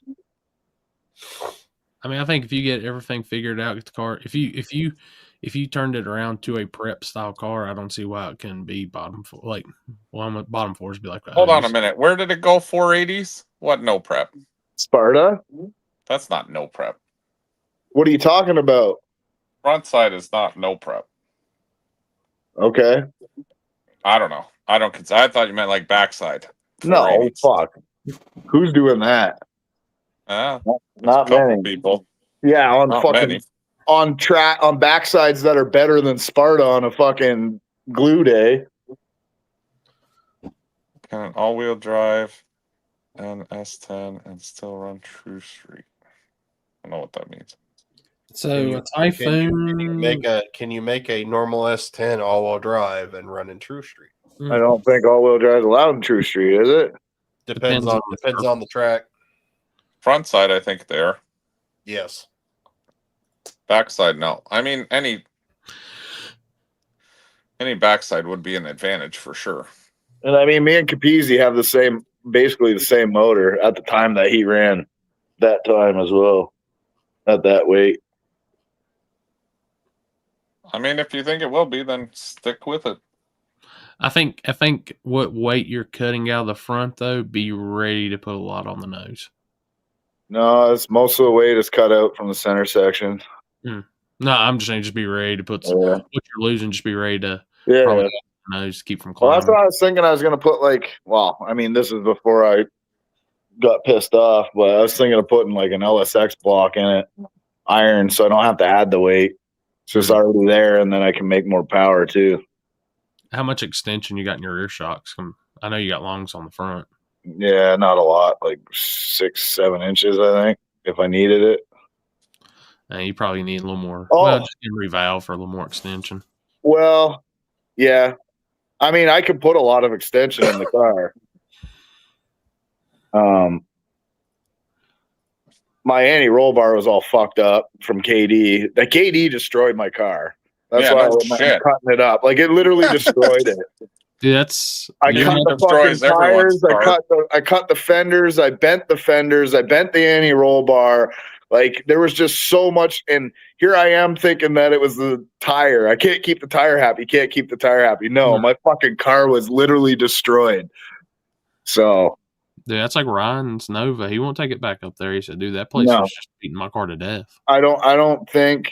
I think because my car is set to squat too, it didn't help. It doesn't help when you hit that hill and you let out at the wrong time, because then it just squats right down.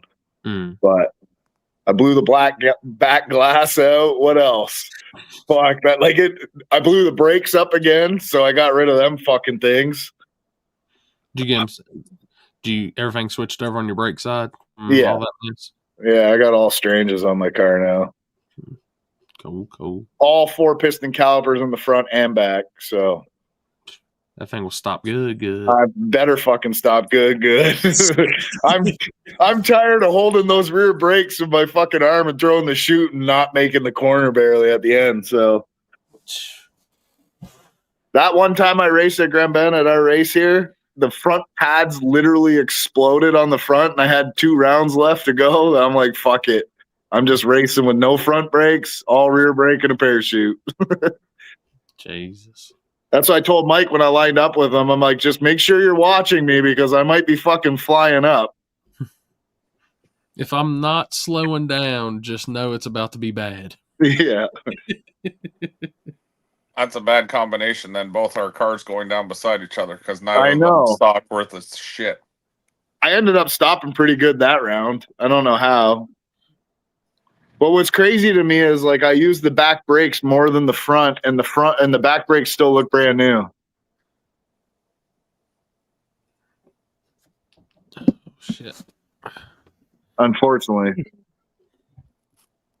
I think if you put it on some glue, it'll go fast, and you'll have a pretty good time with it. Well, I'm putting it on some glue, this year. If I I might.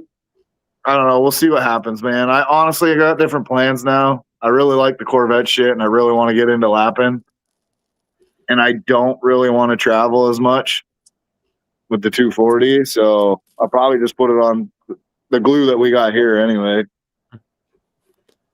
And like Mike said, our fucking Canadian shit's just so out of control that it's not even appealing to go there. Yeah, that's where I'm feeling. Yeah, like it's, and then you say one fucking word, and now it's like, oh, fucking, you're an idiot, and you don't do this, and you don't support that. It's like, motherfucker, we've been here since the start. Yeah, since the very first fucking race. Yep. Help grow it, help fucking do everything, and it's like, we listen to all the racers. You listen to all the racers except the people that fucking win. And actually, that's what I wanted to say. All you fucking promoters, even you, Corey, told us all to work fucking harder. Work harder, work harder, work harder. And what did we do? We all worked harder, and now everybody's banning this shit, banning that shit. Wait. Fucking bullshit. Wait. I said let small tire fly. Small tires should fly. I talked about the beginning of the season, getting rid of the wings and stuff, and nobody want. Nah, let it fly. All right, we're good now. Let it be. I mean, and I'm going to tell you right now. I mentioned it last week, and I'll mention it again this week. Just look up the article. Just type in the Google the rise and fall of Outlaw 10.5, and there's a big article about it from Drag Illustrated. All you got to do is take Outlaw 10.5 and put small tire in it, and it's all on the same cycle. Just read it, and it's like, wow, we literally live the same situation right now. Yeah. I think small tire will still be big at certain big events, but outside of that, it's burning out. I'll tell you, the problem is if it loses support at other events, it'll affect the bigger events. Well, I already see it losing support. Well, here's the problem with no prep racing is we have too many fucking classes and they keep changing. Unfortunately. There's too many races for one, and there's too many fucking classes. Like, I understand that not having a class for the slower guys will get rid of the slower guys, but then you're going to get them in a class. Then it's going to get too fast, and it's going to happen again. But then all the fucking fast guys that were in this class that you took them all away from, they're all gone now. So now you're fucking double dicked. And, you know, right, Alex? I'm not going to say this is just double domed or anything, but I've seen it with radial, everything. It all goes the same cycle. I think by this point in this racing, we should have small tire and tailgate. Sounds good to you guys? Okay, perfect. Let's move forward. Must have a physical metal tailgate. Okay, so that's Mike. That's what I've been doing in my car. I took the hatch off because I couldn't find glass, and I've turned it into a Ute. There you go. It has a tailgate now. Yeah, it's got a tailgate now, motherfucker. Perfect. If you make a C6 a Ute, I might be mad at you on that one. No, I'm talking the 240. Oh, no, that's fine for that. Yeah, the 240 is basically a pickup truck now. Perfect. I only did it for Mike. So we can keep racing each other. Yeah, in tailgate class. Perfect. I like it. Jesus. It's fully operational, too. Folds down, folds up. It's good with me. It's only got a 3-foot bed in it, though, because of the cage. It won't be me who protests you, my friend, but there will be many. Hey, it's just tailgate class. I already got it with the fucking mesh tailgate. I heard about it. You talking about this weekend? Yeah, one guy asked. I mean, technically, does your rules technically say that it doesn't have to be? No, and you know what? I don't give a fuck. If you show up with a pickup with no tailgate, I could care less. It's still a pickup truck. So what happens if you show up in a car with a tailgate that's turned into a pickup truck? See, but ours says tailgate class includes trucks, SUVs. There's no Civics with hatches and all that bullshit. But Sheldon's wagon gets to go in tailgate because his folds down. Yeah, he's a gray area deal. If you make your car like Sheldon's, then that's fine with me. What, turn it into a wagon 240?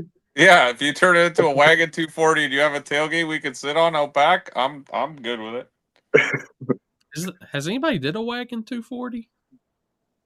Probably not. Trevor's gonna be the first.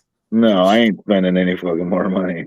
If I'm spending more money, I'm buying a V10 Audi or something like I really want. I already got it for you. Get a fucking a Mazda bed topper and just fiberglass it into the back hatch. Jesus. Yeah, it's the farm truck. Yeah.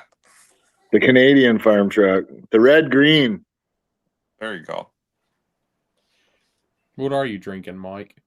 I'm not drinking. I'm sitting on laying on the fucking couch. I just don't feel like turning the lights off. He's probably drinking the blood of blood of his victims. Yeah, I'm All keeping the the lights puppies. off so Ice doesn't know my exact location. I'm using a VPN. Well, if Ice is hearing this, you can contact me, and for a short fee or a small fee, I will tell you where he's at. The exact address. If you think in this day and age they can't fucking trace a cell phone, you're out to fucking lunch. VPNs, bro. Yeah, VPNs. Right now, my VPN is in Thailand. I'm in Thailand currently. Yeah, with the lady boys. Yeah, lady boys. Maxwell and I. Mike in Thailand with his pineapple upside down. This is not good. Puppy plasma. Jesus Christ. Hey, I got a question. What are cones at South Georgia Motorsports Park though made of, or what did you put out there for a cone? I have no idea, but I have never seen a pylon/cone explode into 2-inch pieces. Why did you do that to Scott? What has Scott did to you? I didn't do it. Scott needs to learn how to keep his shit in his own lane, especially when he's 3 cars in front of you. So okay, so I don't know whatever transpired after that happened. Did he get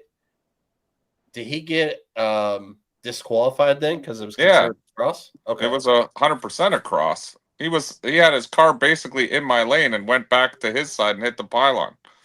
Well, I mean, if you wouldn't have loosened the everything for his hood to make it start blowing up, I mean, if those janky motherfuckers would have used half the clips that are on that hood, I bet you would have stayed down. But they Dude, put 2 clips on it, and they're like, oh, okay, that's 2 Zeus clips will hold it. I'm telling you right now, I've seen the footage. Charles and Scott, man, they're upstanding citizens. I know you had Terry going around removing clips. Yeah, that's what I did. Terry was with the Zeus clip fastener tool, undoing them all. No, I don't know why Scott hit that pylon. He went all out, like scrambled out back, everything. He was so far ahead of me, it wasn't even a race. But he disqualified himself. But I was almost, you know what? That's the first time I've ever been wrong about calling someone a jump from inside my truck. I don't know how he hit that light, but it legit was 1 frame, not even. Like, it was the closest light I've ever seen. Dude, he sent me the picture of the front end and the video, and the first thing I asked him was like, "Did you hit a concrete block?" That cone literally exploded. It looked like confetti. So it must have been really dried out in like hard plastic at that point. He was really mad at that cone. Oh, he was mad. He raced all the way to the end and just killed it. Yeah, that's okay. My other buddy did a full quarter-mile pass on the backside and ended up in the sand trap. I seen that. He was like, man, the car was rolling so good. It's never felt so good. So I just stayed in it. I was like, what's wrong with you? Oh, it was funny. Did it damage the car too bad? He fucked up the bumper and some other little shit, but he ended up racing the front side the next day. That's cool. Yeah. Dude, it took a chunk out of the front bumper. Like, oh yeah. I've watched a lot of cars hit cones in my life. I ain't never seen it mess the front end up that bad. Well, I asked them to put a styrofoam block or whatever they normally have, and he said, oh, hell no, they're very expensive.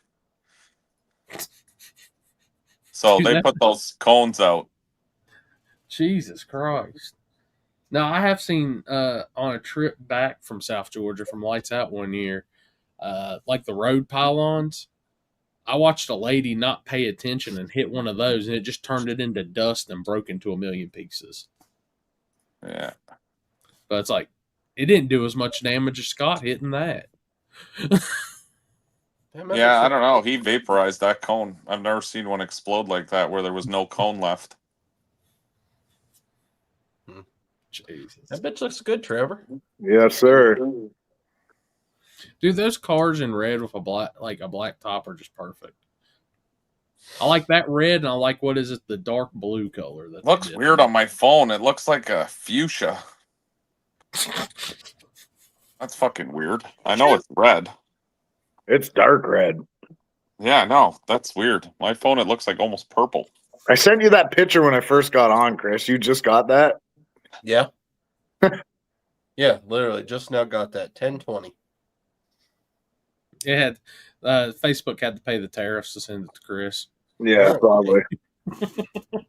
What did Jet Black say? If you have a video input to release the car, it would be very quick off the line. What does that mean? Means some type of when it sees the flashlight, it automatically releases your trans brake. Oh, So all I'm going to say is I haven't seen nobody with that Holly input yet, but I guarantee Ryan Mitchell's already started working on it. yeah, but how would that could fuck you pretty good? I would If a just camera if I knew camera guy somebody had takes a that. picture, Yeah, motherfucker, I'd be running out there if he was racing my buddy and just start flicking lights and shit. that's what I mean. Yeah. Or take a See you picture later. from behind the. click, click, click, click, click. Yeah. Oh, speaking of Ryan Mitchell, what do y'all think about the front wing?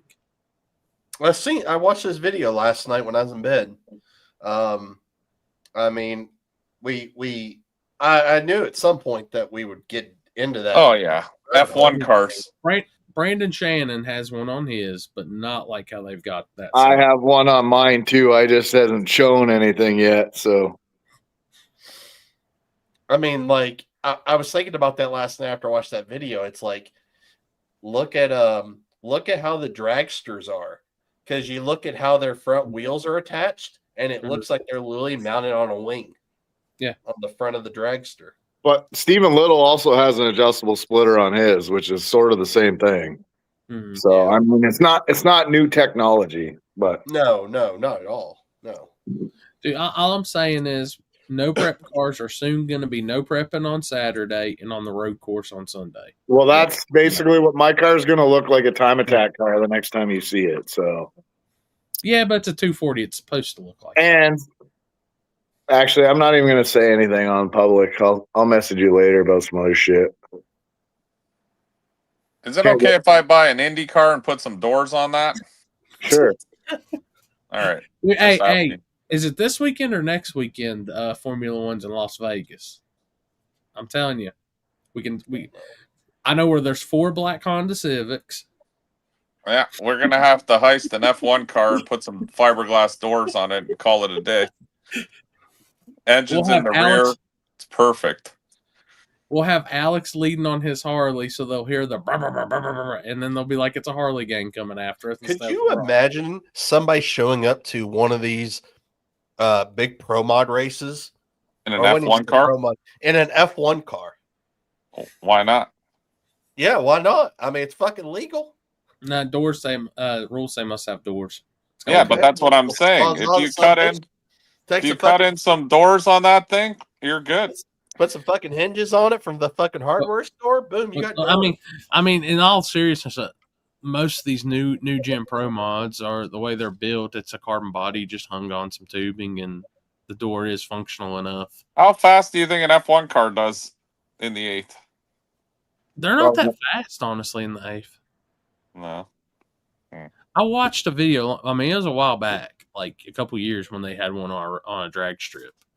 Those things are just more meant to roll up to speed, and once they get going, they're... Yeah, that's what like a GTR. They're faster up top. That's like a Supra. I think it goes like a 10, 30, and 170. Yeah. I feel like those things would be fast in an 8th mile. So do I, for some weird reason, but maybe not.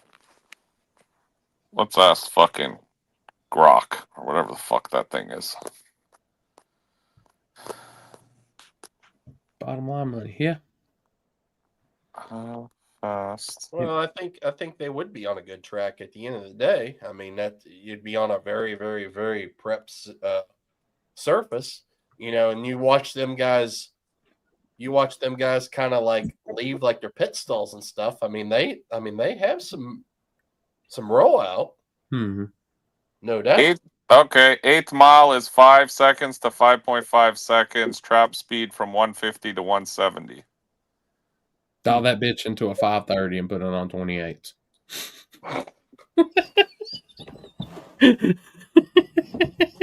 Yeah, by the 8th mile mark, they're usually in the 150 to 170 mile an hour zone. You know how pissed off I would be as a racer pulling up and hear my chip draw first round and like little gangsters would be Max Verstappen. I'd be like, "What'd I do today to deserve this?"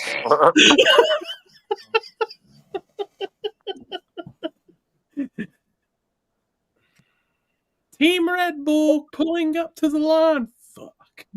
Yeah. You can strap new tires on every time you come back around. That's about as gay as those one-seater dragsters that people run. Oh yeah. Hush, hush. I like my dragsters and bracket stuff. Gay. When you're doing that shit, it's not about the looks. It's about that same ET every single time, and that's engineer perfection. Gay. I'll still take one for bracket racing. You said it, not us.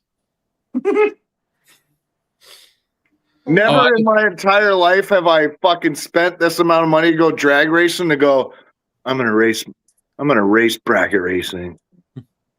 Shit, Speed up, tap the brake. Behind, speed up. Like fuck. No, it's all out or nothing. I was way better at it than I was heads up racing. So well, it's because you drove a Honda Civic. All you had to do was fucking hit the gas. No.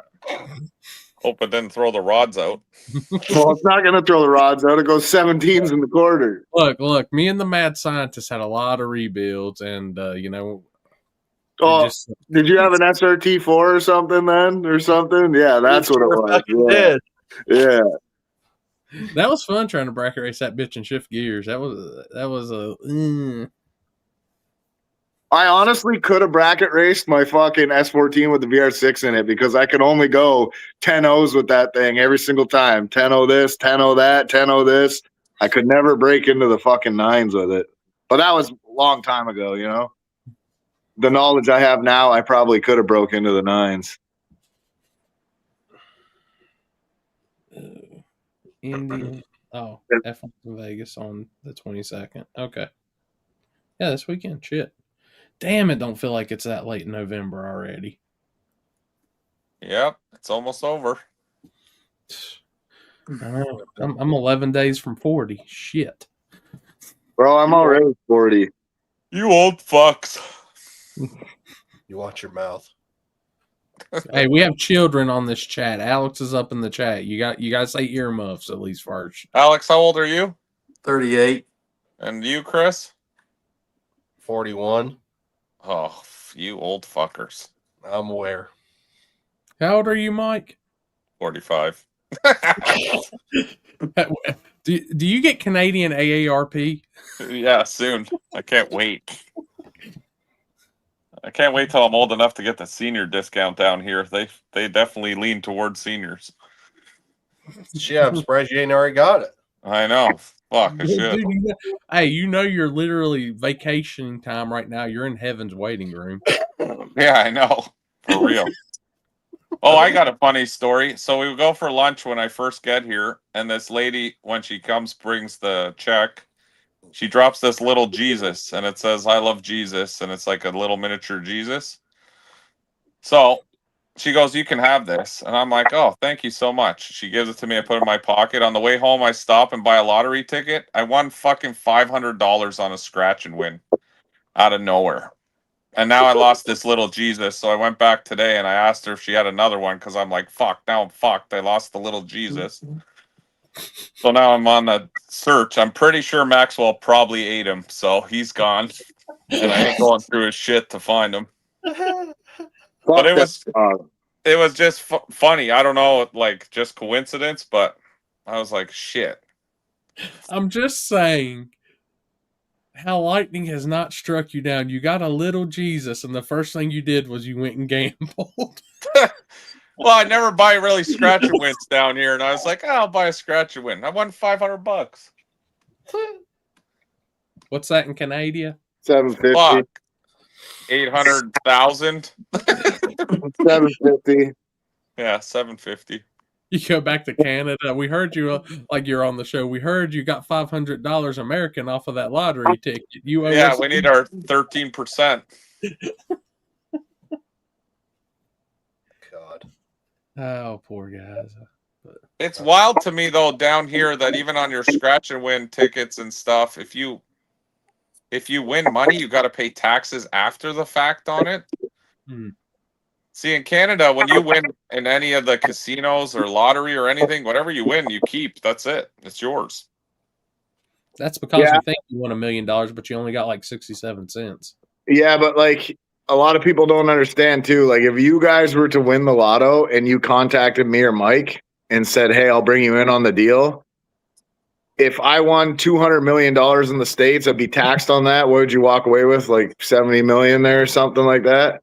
I come back to Canada with that 70 million and then I put in a ticket and I get the rest of that fucking 200 million back for taxes because we don't pay tax here. No, hold on. I looked into this actually. It's an actual thing.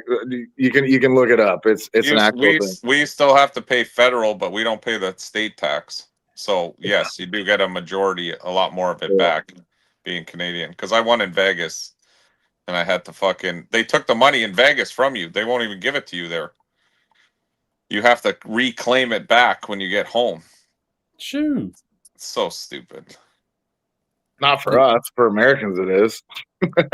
No, but it's stupid for us because she asked me for my ID and I gave her my ID and she said, "Oh, we have to hold this money in trust or some bullshit." And she gave me some form. She's like, "When you get back home to Canada, you got to get a lawyer and fill out all this shit and then you can get the money." And it was like for $700. I'm like, I ain't getting a fucking lawyer for $700. Yeah. Just because you mentioned that, watched a good movie I will recommend to anybody, especially if you're into the whole OG Las Vegas casino stuff. The movie Casino. First time in life I ever sat down and watched it last night. Good ass movie. I've watched that movie about 15 times. How's it the first time you've watched that? Finally found time to watch it. Jesus Christ. That's old now. Yeah, that's a good... Dude, new movies ain't as good as the old movies. No, Casino is a killer movie. I love that movie.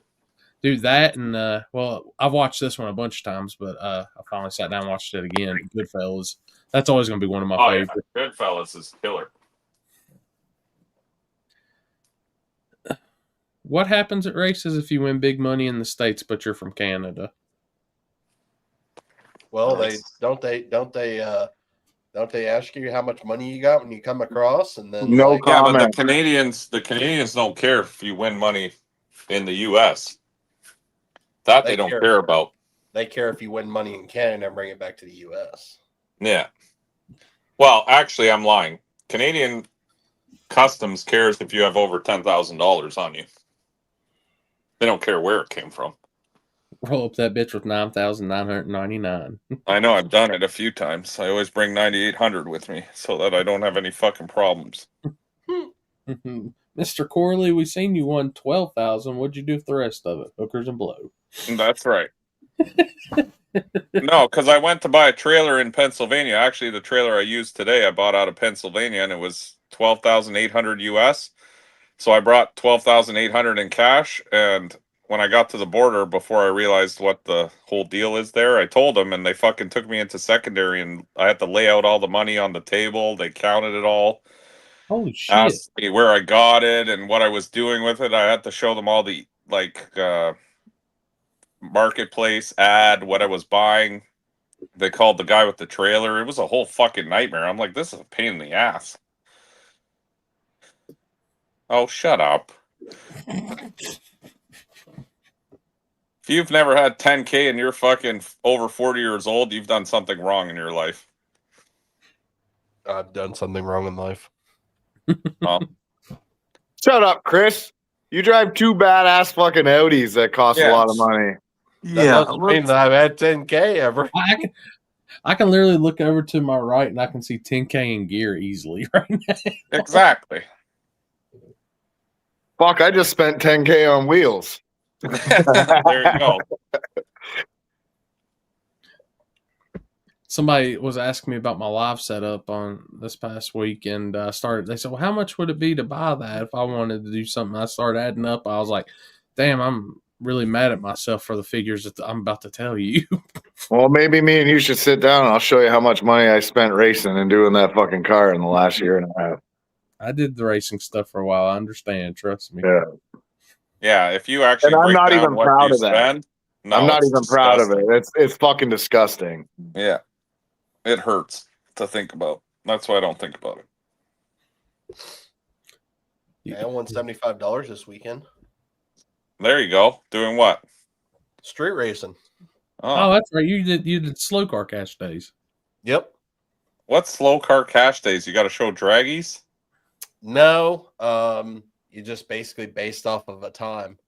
So Yeah, so you got to show draggies. well, technically, I didn't have to show my draggy, so I just said that my car goes this, and they said, "Okay, we're in." I said, "Perfect."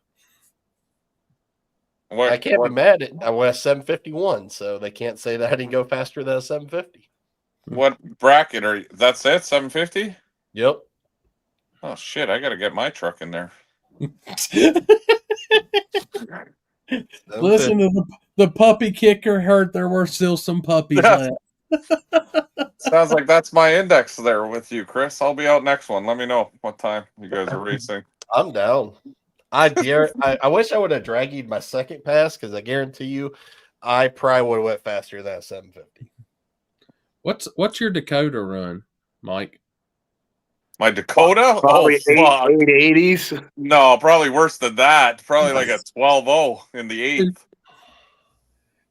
What are you talking about? It's got a 5.9 RT, motherfucker. Yeah, all 120 horsepower of it. No, they make more than that.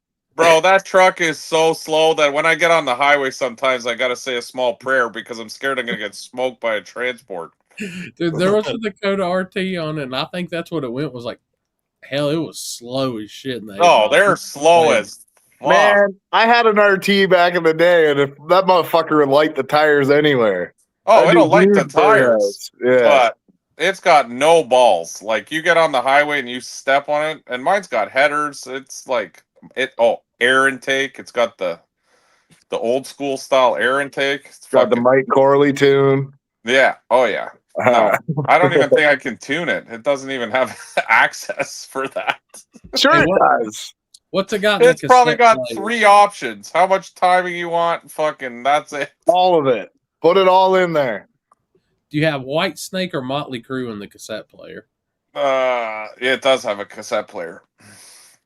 Dude, one of the guys, Mike listens to the Hansons. No, yeah, Mike, if it's got a cassette player, they've got the one dude had it for his Fox Buy this past weekend. He kept the cassette, but it's a cassette you put in and it has Bluetooth connection. Oh, I got the cassette with the cable that you plug into your phone, the OG one. Oh no, you got to stick your game up to the Bluetooth one. Yeah, the guy that I did that El Camino for, that's what he had, was one of those cassette with the Bluetooth. Dude, that shit's. I gotta up my game. That's cool. Adam's accident, I mean, it sucked. The truck isn't tore up too awful bad, but it bounced off both walls in the shutdown. The balancer broke and took out the radiator hose and just sent him for a ride. I can't believe he runs a stock balancer. You're just asking for trouble running a stock balancer, man. Yeah. I got up top. We got up there, and like he's out of the car. He was fine. He was fine. Everything was good. And I told him, I was like, he's like, it sucks. I said, man, it just looks a little more no preppy now. You're good. Yeah, the gap train kind of fell off. You don't see that truck very often. That's another one of the OG backside small tire trucks. Well, I talked to him, and Travis Martin was on it too, and they said they're just kind of focusing on like doing stuff like drag and drive now and prep stuff. Yeah, because the truck's not competitive anymore. Dude, that thing was fast. Like the pass that it gave up on, he was going 5.0.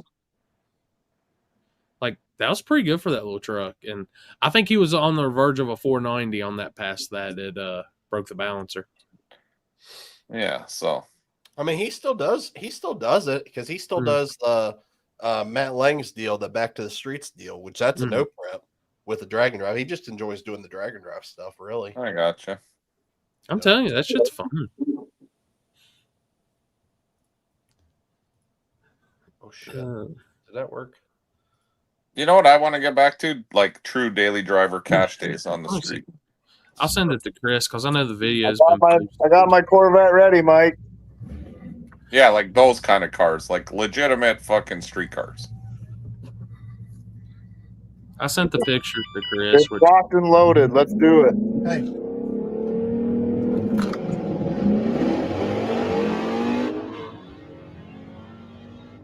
Who's this, Chris?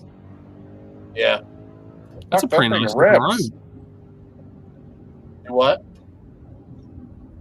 That, What'd you say, Clark? that thing rips pretty good. It's very Hmm. surprising for an SUV. I was in it. Dude, I like that road y'all used. Yeah, it's an OG spot that doesn't usually get used that often now just because of cops. Yo, did you see that accident 1320 posted tonight? Oh, the Camaro.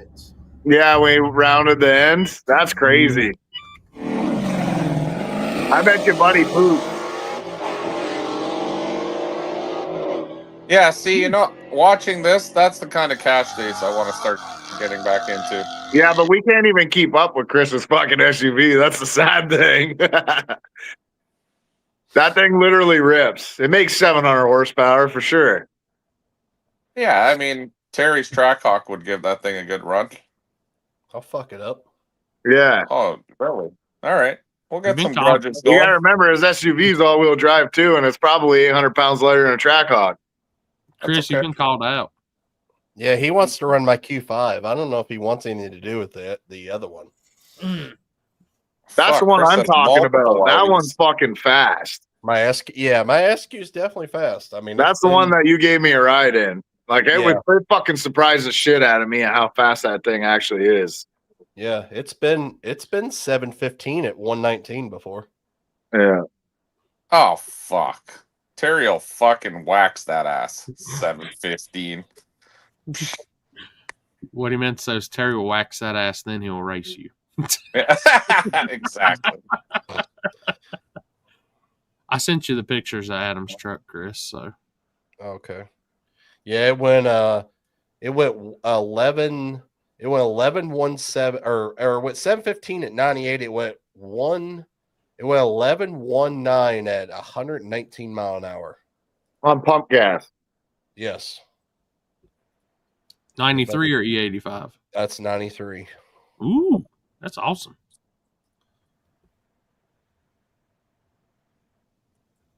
Oops. Oh, Damn, that sucks.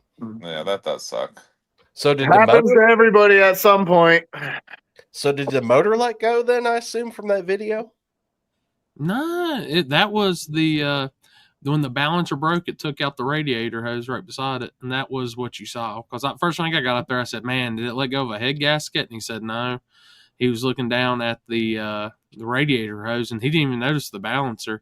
And then everybody Rye was picking up pieces of the balancer coming up the track, and then found a chunk of it, and we looked down. I was like, "Holy shit!" Yeah, that sucks. That does suck.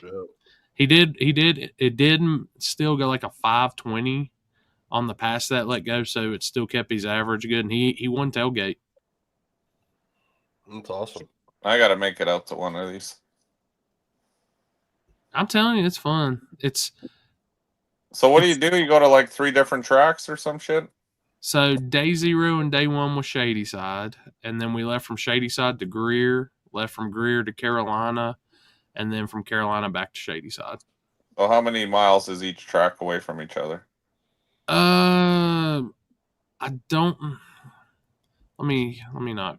I think it Roughly. ended up being around 550, 600 miles round trip. And can you bring a trailer? Like, is it like?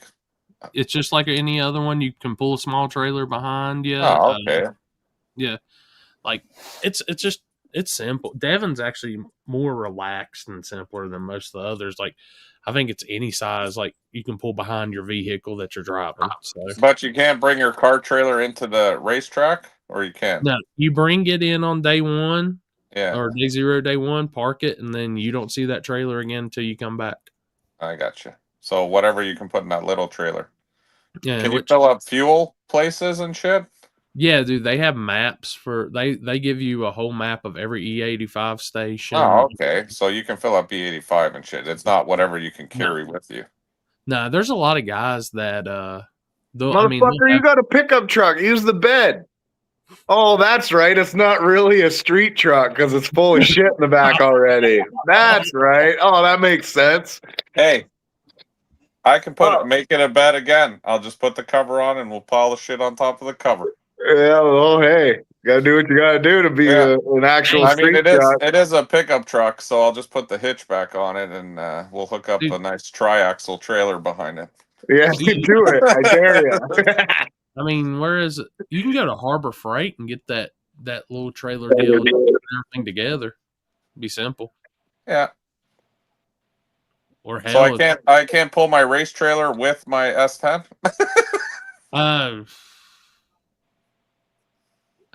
I'm not for sure because there's one dude that pulls with his truck. He pulls another like truck bed, and that's his trailer. Smart.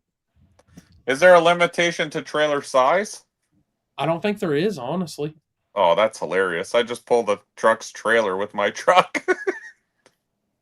But I mean, it's not flat land, so there's hills and shit. So you gotta. I got plenty of torque to pull that trailer. But I mean, I think Adam and them like just use those little trailers and stuff. I know of his stuff, which that's all you need, really. If you can stop for E85, then the little trailer, all you need is some tools and shit, and the tires. Switch the tires. Like if it was me, I would at least have 10 extra gallons of fuel on me, no matter what. Well, yeah, and the trailer I'd have 5, 10, 15 gallons, 3 jerry cans. Well, I'll tell you. Actually, if you were really taking it serious, where you tune your own shit, anyways, I would just do a flex fuel sensor in it or something. That way, you run 93 and E85. If you're a tuner, you don't need a flex sensor. You just fucking put a 93 tune in it. Done. Yeah, dude, I'm lazy. I would know. I could know how to tune it exactly. I probably still have a flex sensor. Yeah, but you still got to tune the flex sensor. What's the flex sensor going to do unless you tune it properly? I just sit in the passenger seat, let Terry drive, and I just modify as we go. I asked for this that tells me to put a flex sensor in my car. I say, okay, you got one? Yeah. Well, how'd you tune it? Well, I just put it in. Well, the flex sensor doesn't go, oh shit, let's maximize the power and the blends here. Like you still got to tune it properly. Wow. What was the damn one? Was it Pro EFI that had the sensor and it would adjust itself or some shit? But it can't. You have to tell it what you want it to do. It'll read the percentage, right? But like a lot of people are like, oh, I'll just run pump gas and E85. Okay, but what are you actually programming the ECU to do on a flex sensor? Nothing. I just want to see it on my dash. Okay, so you're not utilizing anything. I thought Pro EFI did like its own on the fly changes in the ECU. Well, it will when you program to do that. I'm not a tuner, so I don't know. Yeah, that's what I'm getting at. Most people are like, "Oh, I just put one on my car." Well, what are you doing? It's not doing anything. It's just on there. look, I'm just gonna take my 93 with my Torco octane booster and just be done. Yeah. Hey, that booster works pretty good. I don't know about the Torco, but the other shit that we get here, I used to fucks the plugs. Yeah, I don't care about the plugs. I change them every other race anyway.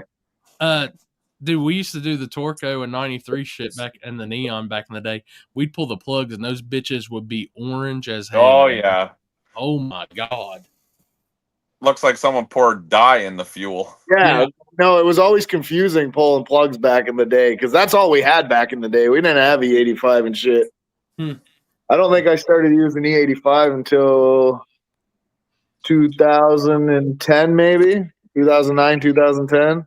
Hey, I'll put it this way, Trevor. I was a partial tuner. I would change the values on my SAFC Neo depending if I was at the track or on the street. I used a few of those too. Back in my SR20 days.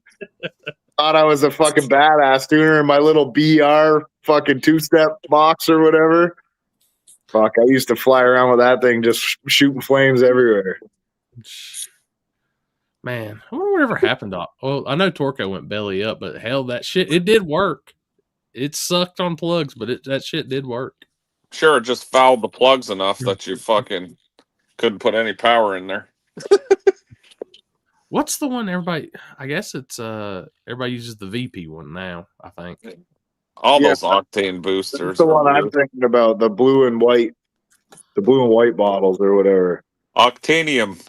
Yeah, something like that.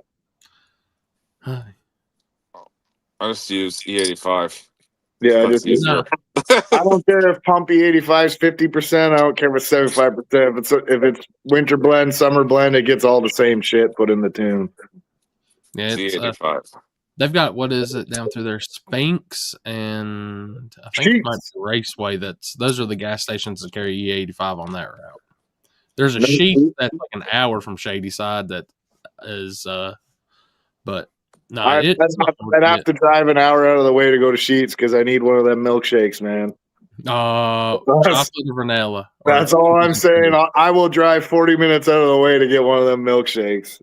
Dude, that's a ritual stop every time on the way home. Sheets, and which is crazy to think that some places are hard to find. Yet I've got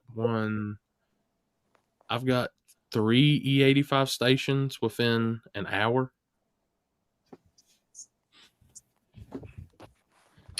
Catfish. I unfortunately couldn't go to a colder plug because apparently there's a shortage right now. And we went to back to a factory plug, but I went about 2 steps. We gapped at about, I think factory gap is like 26, and we went to 24. And those are the world's most expensive spark plugs too, right? 100% the world's most expensive spark plugs. Tyler, no, we do not get E85 in Ontario. Fuck doing a tune-up. Not at the pump, no. Yeah, not at the pump. Yeah, you got to order it. We used to. There used to be a gas station. but they wouldn't let you pump it into anything that wasn't a flex fuel, and you wouldn't be able to get it in jerry cans.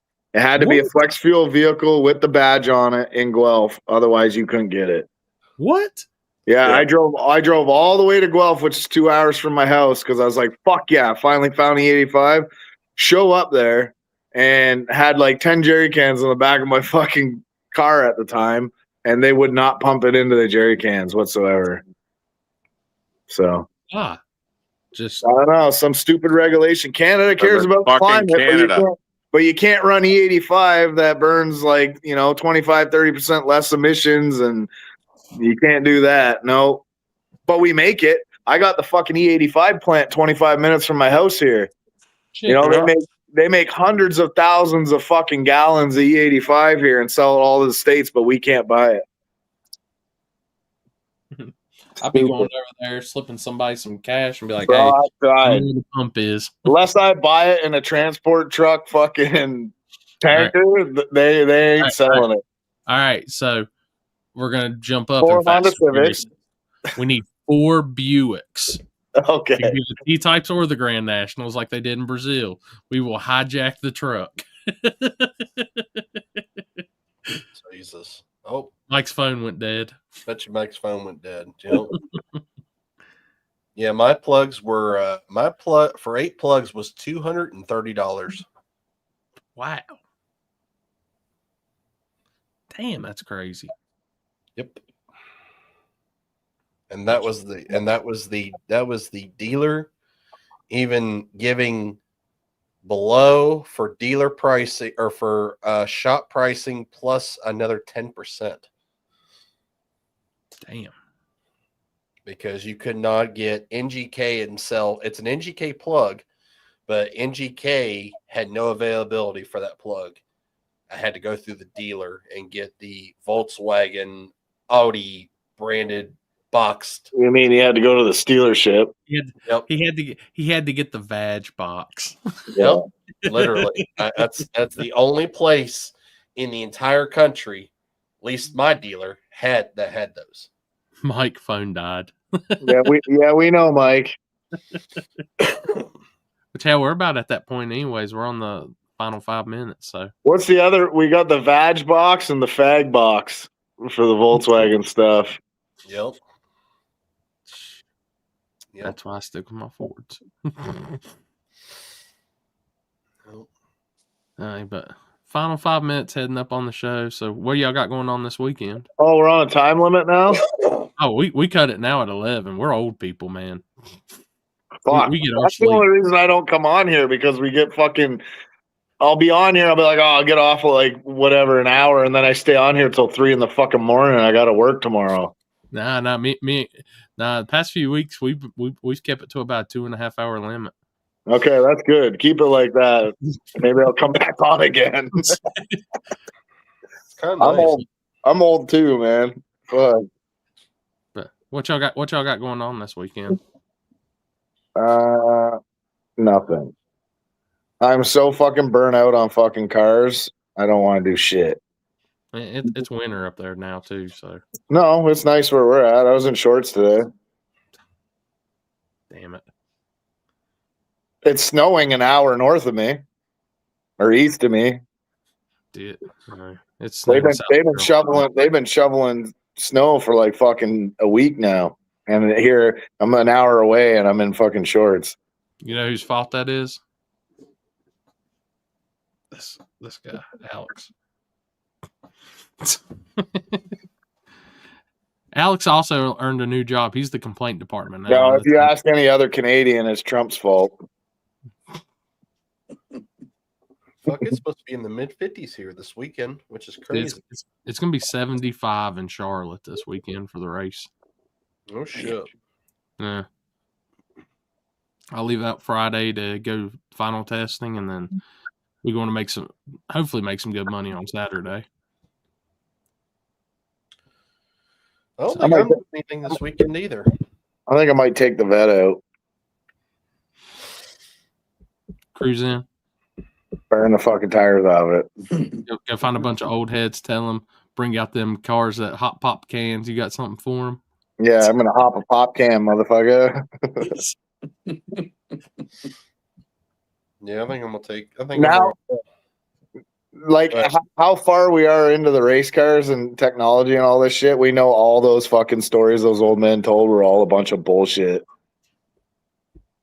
The $100 bill on the dash, the fucking hopping a fucking pop can, shaking the whole fucking house and neighborhood. You know, shut the fuck up. This is something we're going to have to do next year at some point. Is we're going to have a daily driver race between all of us. So you can bring the Corvette, but it has to stay on street tires. I'll bring my Audi. Chris can bring his cheated up Audi. I'll bring my Audi. It's just Alex has to race us on the Harley. Well, he's going to get gapped. Sorry, Alex. The bike looks cool, but you're getting gapped, boy. It's Brother, not fast. It's all noise. I just noticed something. Look at this motherfucker's name. Alex Rhodes. Oh my god. Dude, I changed that shit like an hour. I had a fan request for it. So Oh my god. we can't let the fans down. What's mine say? Furf off. No, it should say fuck off, but clearly it didn't let me do Poof off. it. That's your next tag. Foof off. That's hilarious.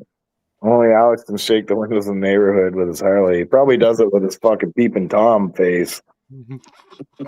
Shake them windows. He's just Sorry, thinking about Alex.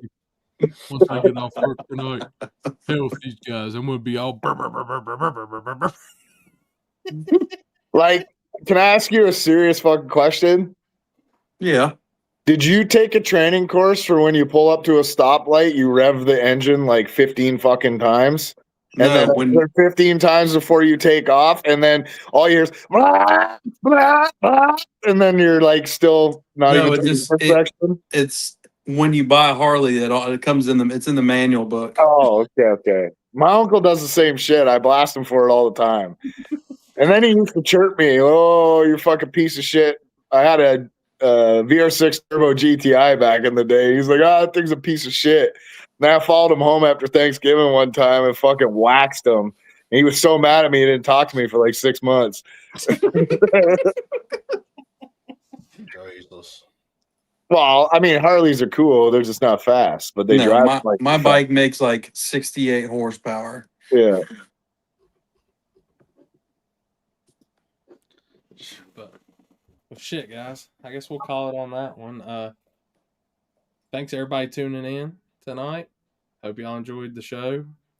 Always talking shit as normal, and we'll be back next weekend, next Tuesday for another show. So, Well, glad I could come back on here and piss off everybody and annoy them. So that's what I'm here to do. you put you and Mike. Mike was I'm mad, and I was like, oh shit, here comes Trevor. Oh, he was. But Yeah, it was fun. yeah. Hell yeah, guys! But All all right. right, next Tuesday we will see Sure. y'all again. Yes, sir. Goodbye. Bye.